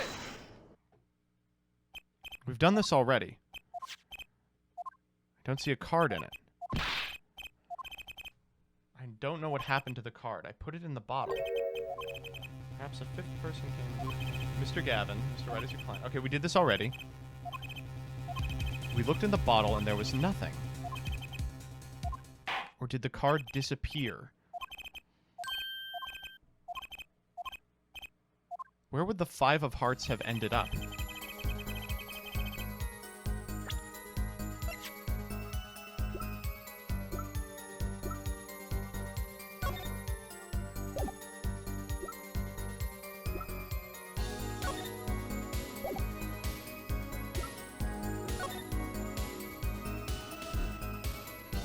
It's a 7 of hearts.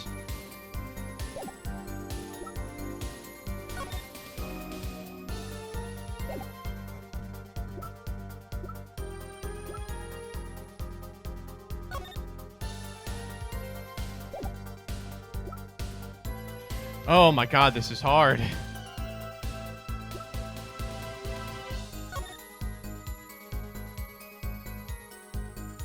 I guess the other question is, why is his hat back on?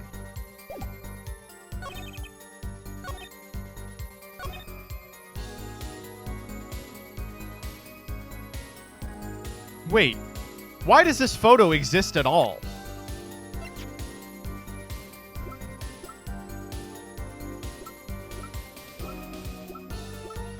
Objection!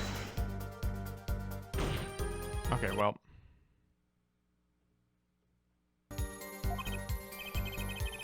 God.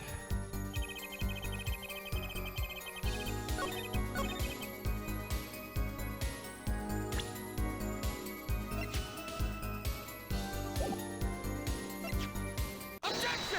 Where's the blood in this? Okay, there we go. It was on the wrong statement. Take a look at this photograph of the crime scene. He's got his hat on.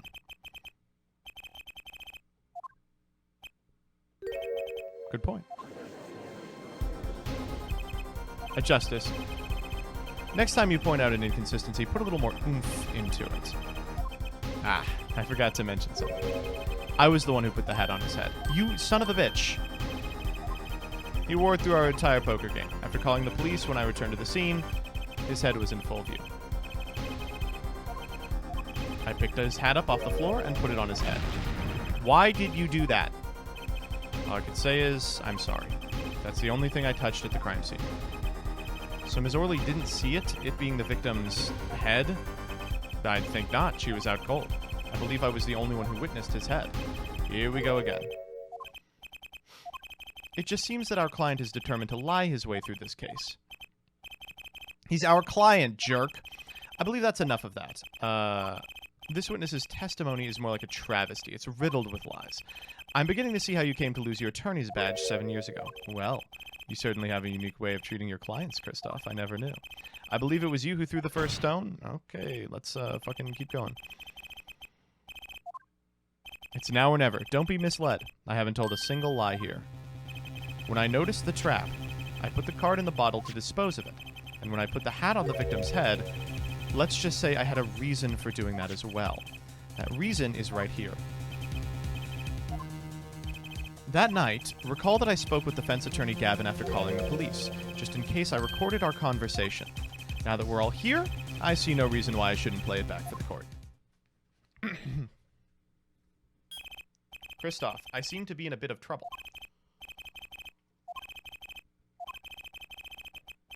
He turned out to be good. He turned out to be dead. Someone hit him hard. It wasn't you, was it? Me? Please. The cop should be here any minute. I'm in your hands. Should it come to that. What does that mean? Kind of porcelain, very smooth and shiny. And not plate, but pâté. I believe he was referring to a certain gentleman's balding forehead. Which he would never have known. Oh my fucking god. So after Mr. Gavin ate dinner with you, he left the borscht bowl. Most certainly. Then, how did he know? When did he see his head? Yes, that was when I began to see my good friend in a different light. Troubled, I returned to the crime scene. And when I spotted Mr. Smith's head again, I realized exactly what was wrong. The stage has been set. Perhaps you would like to explain this to the court. How did you come by your privileged knowledge of the victim's head? So, no head. It's come down to this, has it? Phoenix Wright. I will have order. Mr. Payne. I believe this court has been left with no other choice. Are you prepared to hear defense attorney Gavin's testimony? I suppose so. Oh my good God. This is the craziest of all time. What is going on here?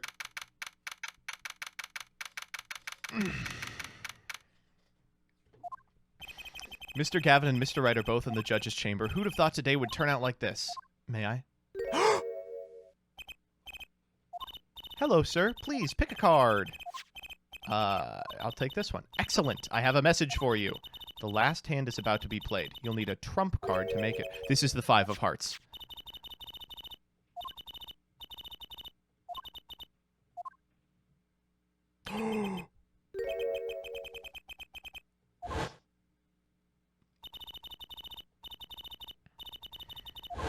There's blood on it. Or is that blood at all? It could be borscht!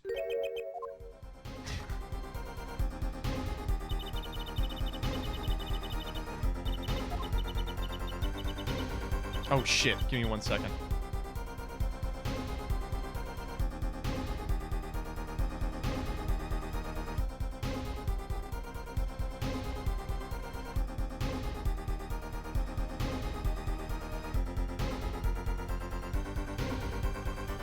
Forget about it.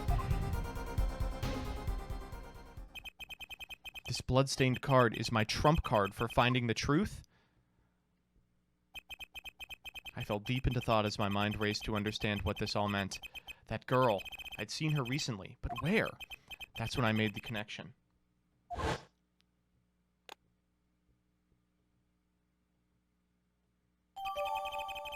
Wow.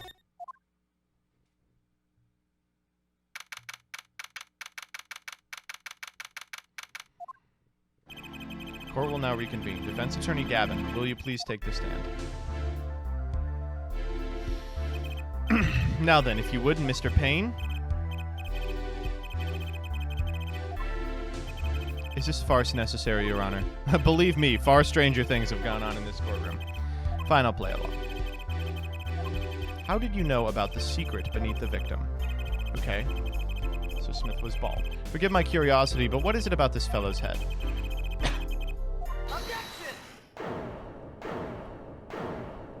He's here! I wouldn't call it inordinate, Mr. Gavin. What do you think you're doing, Mr. Wright? Wow, things sure look different from the other side. You know what I mean, Apollo? Speaking of looking from the other side, let's consider something for a second. The victim wore that hat all night, never once taking it off, except for that one time. The fucking song, dude. That one time being the instant he was hit. When Mr. Wright returned from reporting the crime, the hat was lying on the floor. Mr. Wright picked it up and placed it on the victim's head.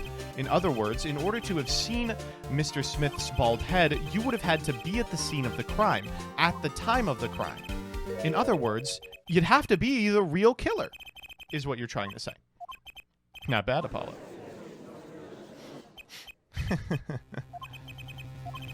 I'm afraid that I haven't been entirely honest with the court. What? Oh, I assure you, I had the noblest of intentions. I did it all to protect my client, Mr. Wright. Yet, I'm afraid in the current situation I see little reason to hide anything. Very well. Allow me to tell you the truth of what happened that night. Finally, you may begin your testimony. Tell us, how were you involved in the events of that fateful night? Gavin and bullshit. It's just 2 peas in a pod. The rage I sensed in that man that night troubled me. Holy fuck.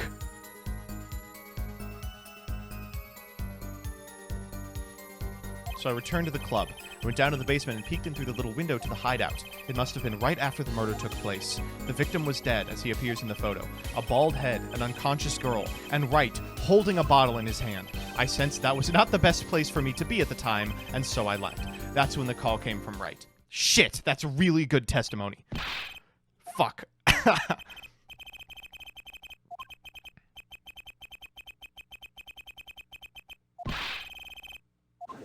Yes, I'm fucking over my client here. I'm familiar. I'm standing on the witness stand after all. So you are, Mr. Gavin. And you had to testify, as you just did. You had to tell them you saw the scene of the crime through that little window. You had to say that, because that was the only probable window of opportunity. Right, Apollo? Mr. Wright, the defense should do the cross-examination, not the defendant. Okay, let's go.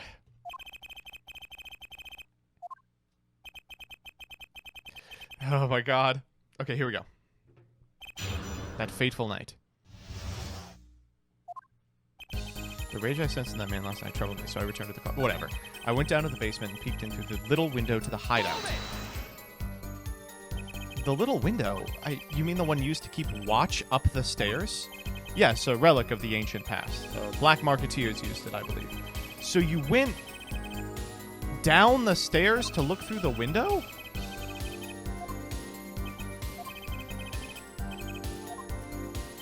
Upset Mr. Wright.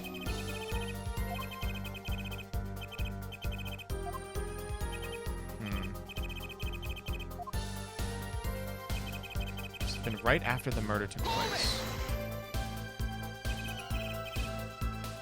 How do you know it was right after the murder? Really, no need to shout, Justice.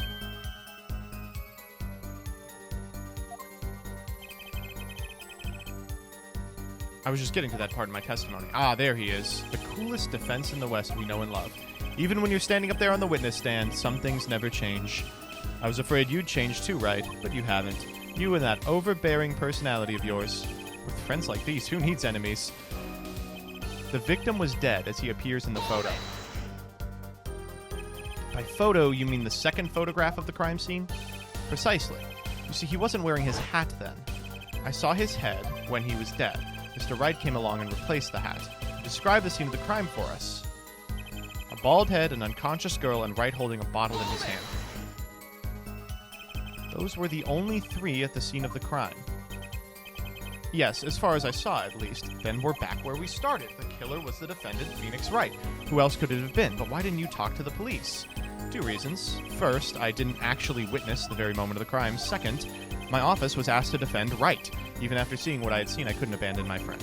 Objection! There must have been someone else there at the moment of the crime. Justice, I just said I saw no one, not a soul.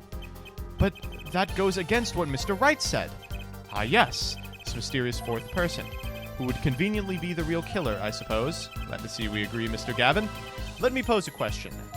Tell me, what possible reason did the real killer have to swap the cards in the victim's hand? Perhaps you can show us a reason.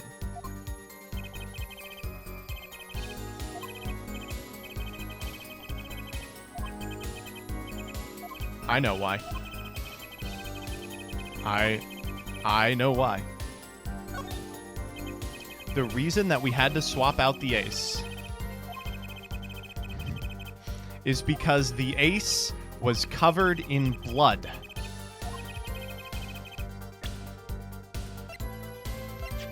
Take that!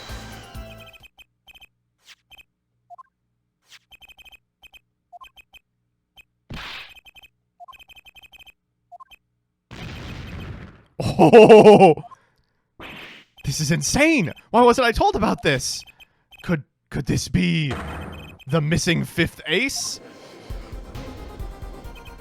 Inconceivable! How could you? What are you doing with that card? Well, that's the thing. It's just a fishy card from some fishy girl. Oh, that card? It's mine. That is, I picked it up at the Borscht Bowl Club the night after the murder had occurred. I gave it to my daughter. Cards are her stock in trade, after all. Impossible! Unacceptable! The court can't accept this evidence! It's a fraud! A fraud? How can you be so sure? I would think the one person who could claim it was a fraud would be the one who took the real card from the crime scene. The real killer. Allow me to elaborate. What if this trace of blood was the reason for the killer to take the card from the scene of the crime? I don't know. Take another look at this photo and at the victim's head. The moment of the crime, his hat fell to the floor, and a trickle of blood ran from his forehead down the back of his head, would hit one of the cards on the floor, and a drop of that blood have fallen on one of the cards. I suppose so. The killer took the card to hide the blood. But why?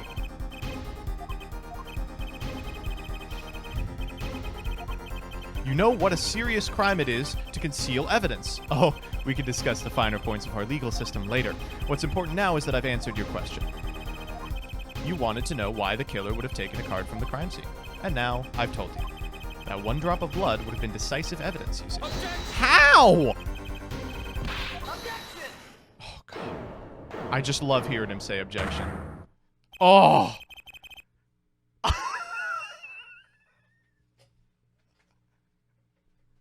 This can't be a real screen cap from a game. Holy shit.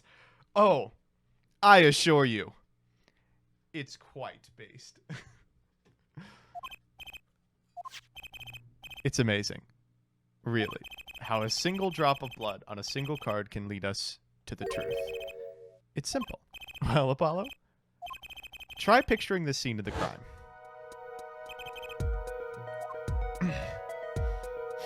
Oh my, what the fuck? Apollo, rotate the shape in your head. The murder took place in the hideout. The body of the luckless victim was found at the poker table, and before the killer swapped a card out, there was a single card with a drop of blood on it in the victim's hand. Given this, there is one decisive problem with this scene. Let's keep it simple. Given that there was a drop of blood on a card, whose position in this diagram doesn't fit? The victims, the killers, the witnesses, the second witnesses.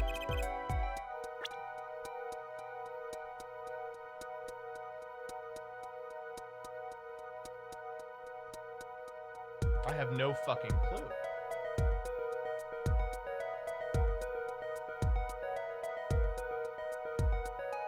I feel like it's got to be Gavin, though, right?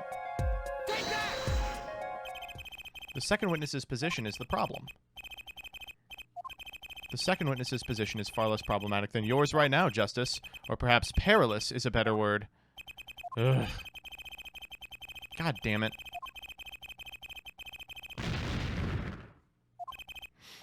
Okay, one more chance, please. Okay, let's think about this hard.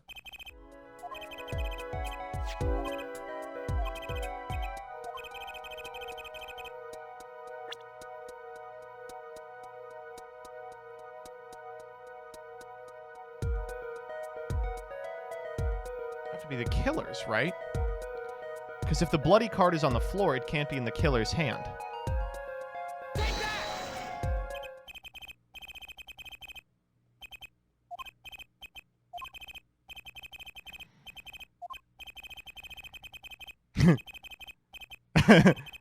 God fucking hell! How many times can I fuck this up?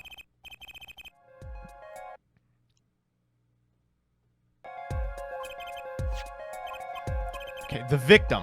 It's got to be the victim. The victim and the victim. The victim.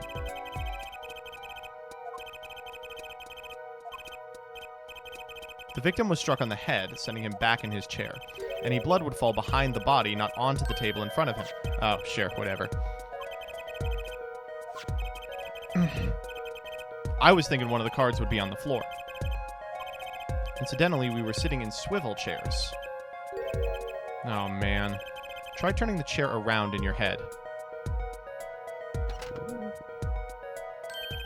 The chair was facing the other way. It would have to be. So we have to assume that at the time of the murder, the victim's chair was facing away from the table. When Mr. Wright returned from informing the police, which way was the chair facing? When I came back to the room, the body was facing as seen in this photo. That would mean the killer turned the chair back around. Let's take the next step. Look at this diagram once more. We know now the victim was facing away from the table at the time of the murder, but this creates another significant contradiction. Let's test your reasoning skills again, shall we? Apollo, whose location on this diagram contradicts our new understanding of the crime? The victims, the killers, the witnesses, the second witnesses.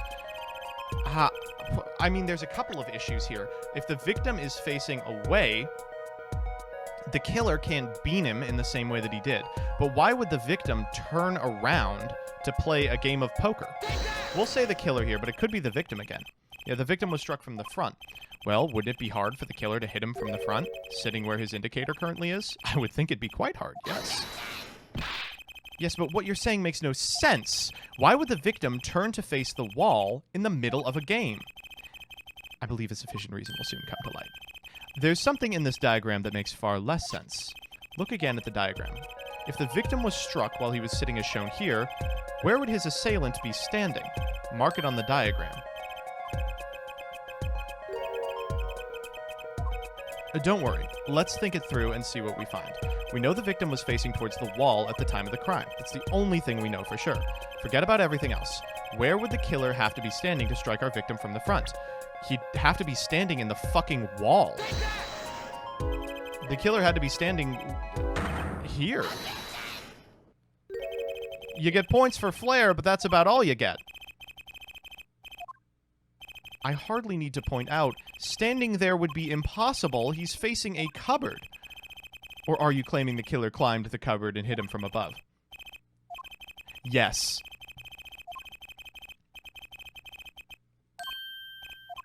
At the moment of the crime, the cupboard wasn't there! Oh my, Gavin is so good at crime scenes. Holy shit! Your Honor, I have a suggestion for the defense. We should arrange to examine the cupboard in the hideout immediately. Bailiff, send a team to the crime scene immediately. Have them try to move the cupboard. Your Honor.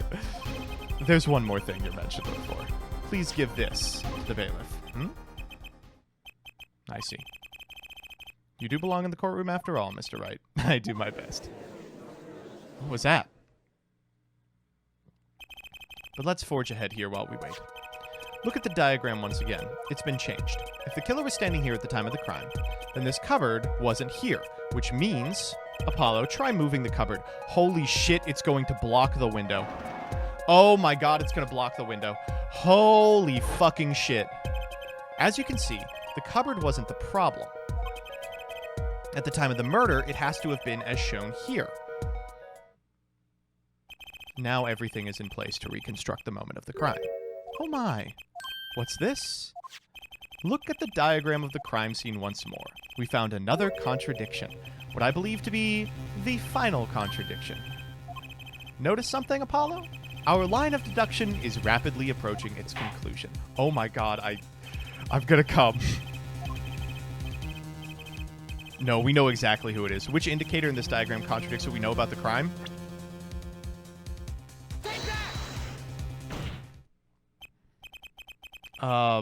About this cupboard.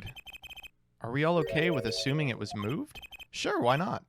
Well, if it was, something really doesn't fit. The cupboard would completely cover up the window to the stairs. That's right, someone standing outside wouldn't be able to see in. Someone like Mr. Gavin! What did you say? Oh? Is the coolest defense in the West losing his cool? Don't expect me to play along with your little game, right? It's only a game until someone gets killed, Mr. Gavin. And someone was, while the window to that room was blocked by a cupboard. So, Mr. Gavin, perhaps you'd like to explain to the court exactly where did you witness the crime scene from? Excuse me, Your Honor. Order. This is a court of law, and I will have order. We just now received word from our investigative team at the Borscht Bowl Club. They've examined the cupboard in the hideout, Your Honor. Well, Your Honor, it turns out there is a secret passage behind it. Secret room. He actually vented. He's actually the sus imposter. This is one of the tricks to the room many of our regulars know about. A secret passage is a handy thing to have when you're engaged in illegal goings-on. You never know when you might need to duck away from the eyes of the law. So the room has a secret passage. Where does it lead? Into the law offices of Gavin.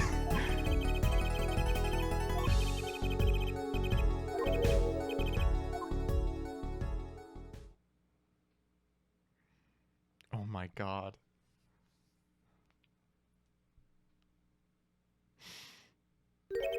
You see where our line of simple deductive reasoning has led us, Apollo? I suppose so. Jesus Christ.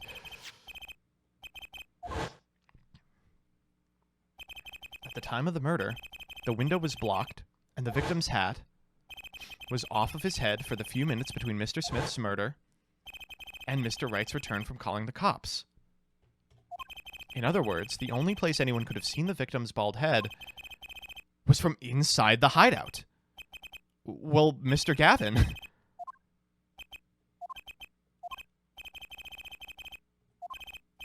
I think we can probably figure it out ourselves at this point. That night, for whatever reason, our killer had a date with Mr. Smith, a date with destiny. There he crouched, hidden in the secret passageway behind the cupboard, holding his breath, waiting for just the right moment. Then the chance came, and he took it.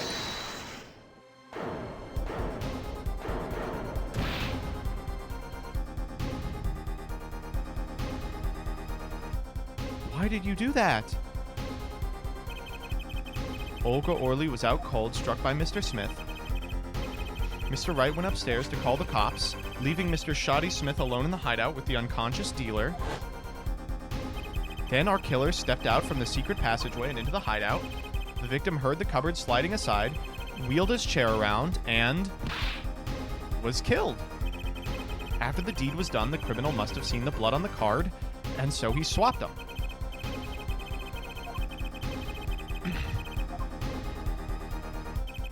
Too bad for him he didn't linger any longer in the hideout that night. If he had, he might have noticed the cards on the floor.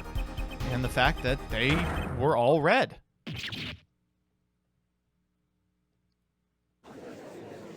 Oh my god, there's one more problem. And I already know the solution.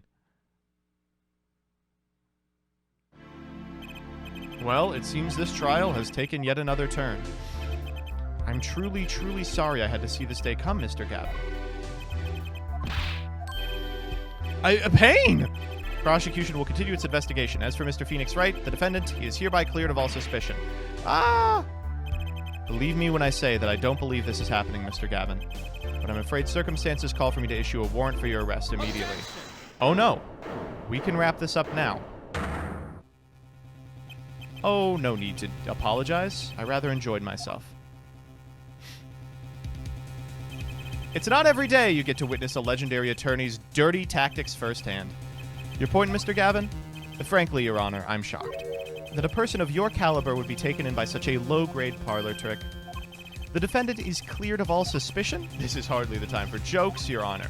Mr. Wright hasn't proven anyone's guilt or innocence here. What he has done is use illegal evidence to put the blame on someone else. And not just anyone else, but his defense attorney.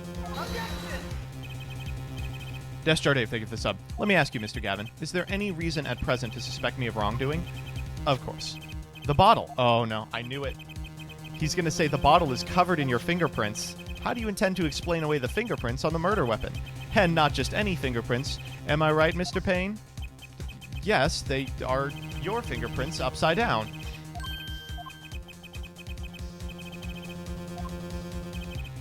The court and this case demand an explanation. I can think of only one reason why one would hold a bottle upside down, and that is to hit someone with the bottom of the bottle. Well, Your Honor? Ah, see how the caught fish squirms to the last.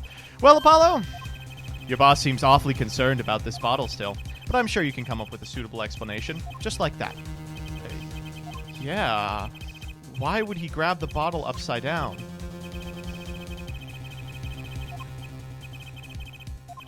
Take another look at the court record. I believe you'll find a simple answer there in plain sight.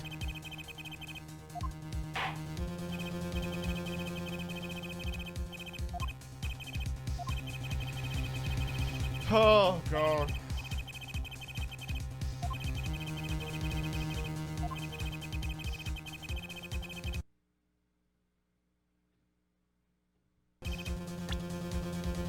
Why are the fingerprints on the bottle upside down? Well, it's because this isn't the crime scene. Or it isn't the murder weapon. I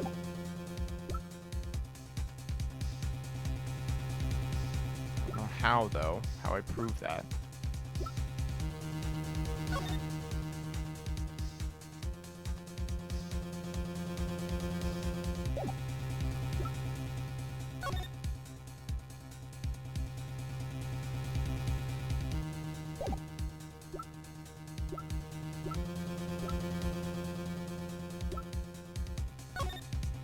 This is hard. They were playing spin the bottle. Why would he pick up the bottle? Why would his finger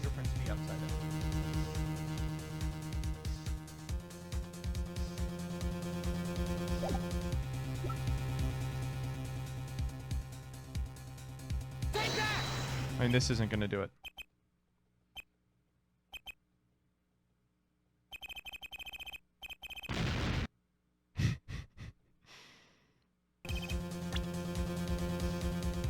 Okay.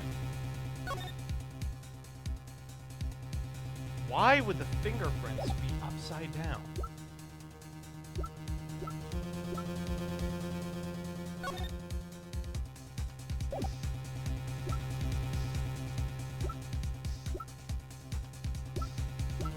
I mean, he loves grape juice. Maybe this picture of him at the piano with all the fucking grape juice.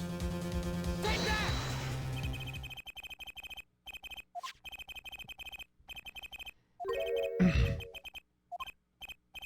Reach down and pick it up without getting out of your chair. You could do this face up. You naturally go to pick up the bottle by its neck, right? With your fingers upside down? No, I don't! Oh my god.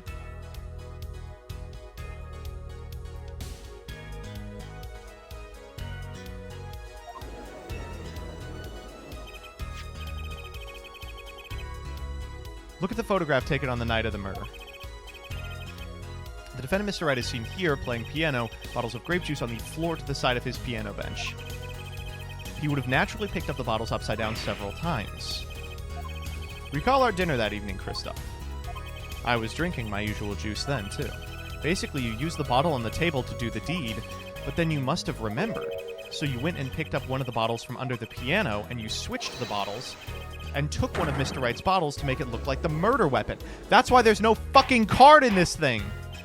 Order, order, order. What do you have to say about these charges, Mr. Gavin? Fascinating. So this is the legendary attorney's famed tactic of misdirection. What? You claim that I switched the bottle. Where is your proof? Oh, I've got proof, motherfucker. Don't I ever have proof? More baseless conjecture. I'm afraid your bottle of proof is quite empty. Objection! That's the point. Your Honor, when you initiated the investigation of the hideout earlier, do you recall I requested an additional investigation? I have your memo about that here. Retrieve the bottles from under the piano at the Borscht Bowl Club. And here's one of the bottles in question. Huh. What, are you going to dust that for fingerprints, too? I would be surprised if any were on that but his. I don't think that is going to do it. Say, Apollo. Why don't you examine the bottle? Just humor me. Oh, my God. Oh, my God. Here we go. Here we go.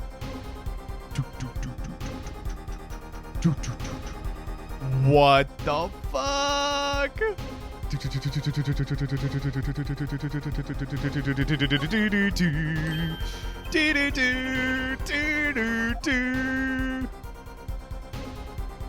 There it is. The 5 of Hearts. Recall that unpleasant woman's testimony for a moment. Yes, our little swindling Devochka. That night, I planted the card like I was supposed to, and Wright loses the last hand just like he was supposed to, then Smith reaches for him, but the planted card was gone. The trap failed. You're telling me that this is the planted card you disposed of that you mentioned in this piece of testimony? I happened to put my hand in my pocket and found a card. Yes, I snuck a peek at it and found it was the 5 of Hearts. I had a feeling something might happen, so I disposed of the card before the game.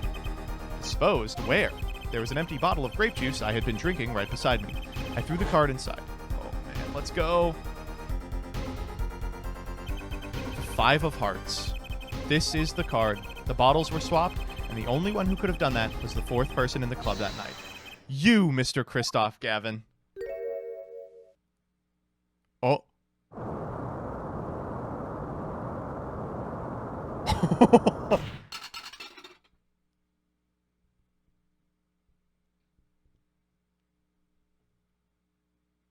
But we have no motive. Why would he do this? That is all.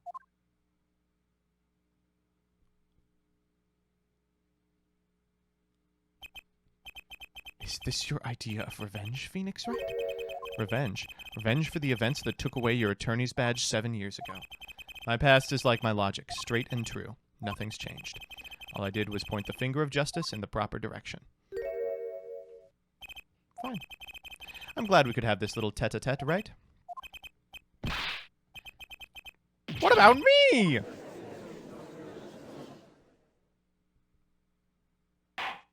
Is this the end of the week?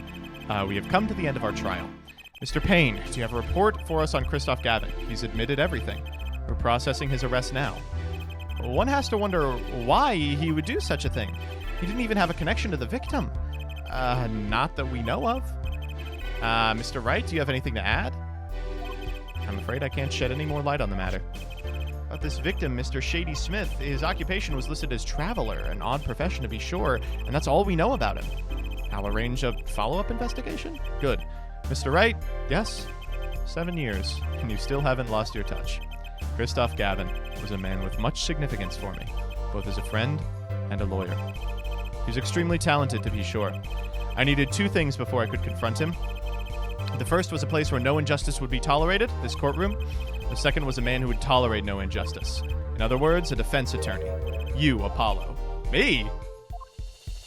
A dark time is coming for our legal system. A twisting of justice brought on by our very own courts. We have to set it right. Mr. Wright? Our work lies ahead of us. And I, for one, am looking forward to it. What? Well, this seems like a good time to announce a verdict. This court finds the defendant, Mr. Phoenix Wright, not guilty.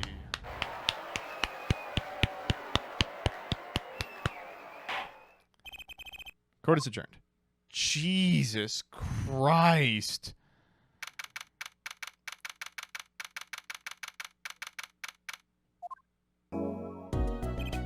Thanks, Apollo. You came through just like I thought you would. I'm pretty sure I didn't do a thing in there. It was you who cornered the killer. Couldn't have done it by myself. You sensed it too today, didn't you? Your ability. Yes, a sensitivity I lack. You'll come to understand it soon enough. How does he know it? He has a different stand.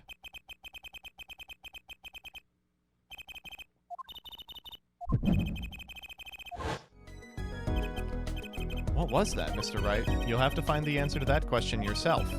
The answer... Today was full of questions without answers. Most of them about Mr. Gavin. What possible reason could he had to have committed murder? Perhaps you'll learn that in the days to come as well. You don't know? This locket is the key. I met your daughter, by the way. That's right. She's my daughter. You know, you were right about this locket. I took this off his neck the night he died. It looks like our dear Russian scam artist saw me. So the truth is, this locket really did belong to him. I said no such thing that this locket was mine. I said it was a locket with my daughter's picture inside. A subtle distinction, but a distinction nonetheless. And it's the truth. But why did he have your daughter's picture in a locket? Sometimes the straightest path to the truth isn't the best one. Give it time. What the fuck? I may be out of a job. I work for Gavin Law Offices. Apollo. You're not a lawyer anymore.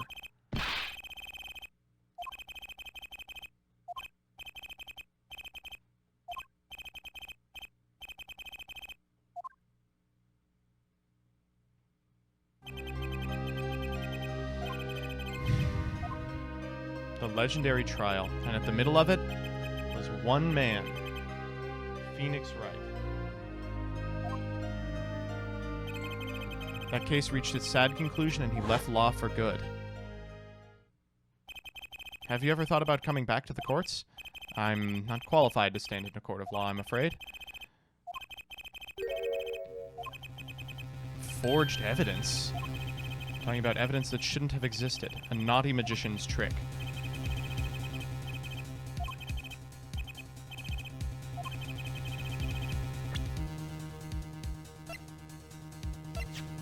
It's this.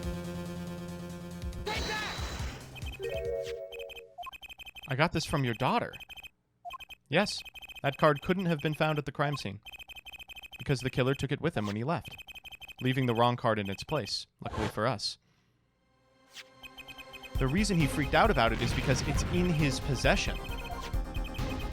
this is a other fucking ace that they put, like, borscht on or something. My verdict was already handed down 7 years ago.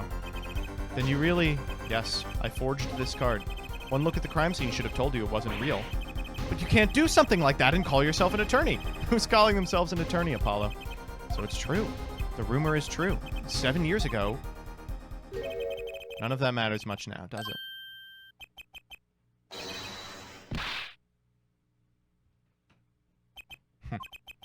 I punched him! It's your story from here on out, Apollo. Perhaps I can help you turn the next page. My office's address. Drop in if you like. Mr. Wright. About your uppercut. Try yelling, "Take that," next time. I find it packs a little more punch. And Apollo, thanks for today. I had a good time.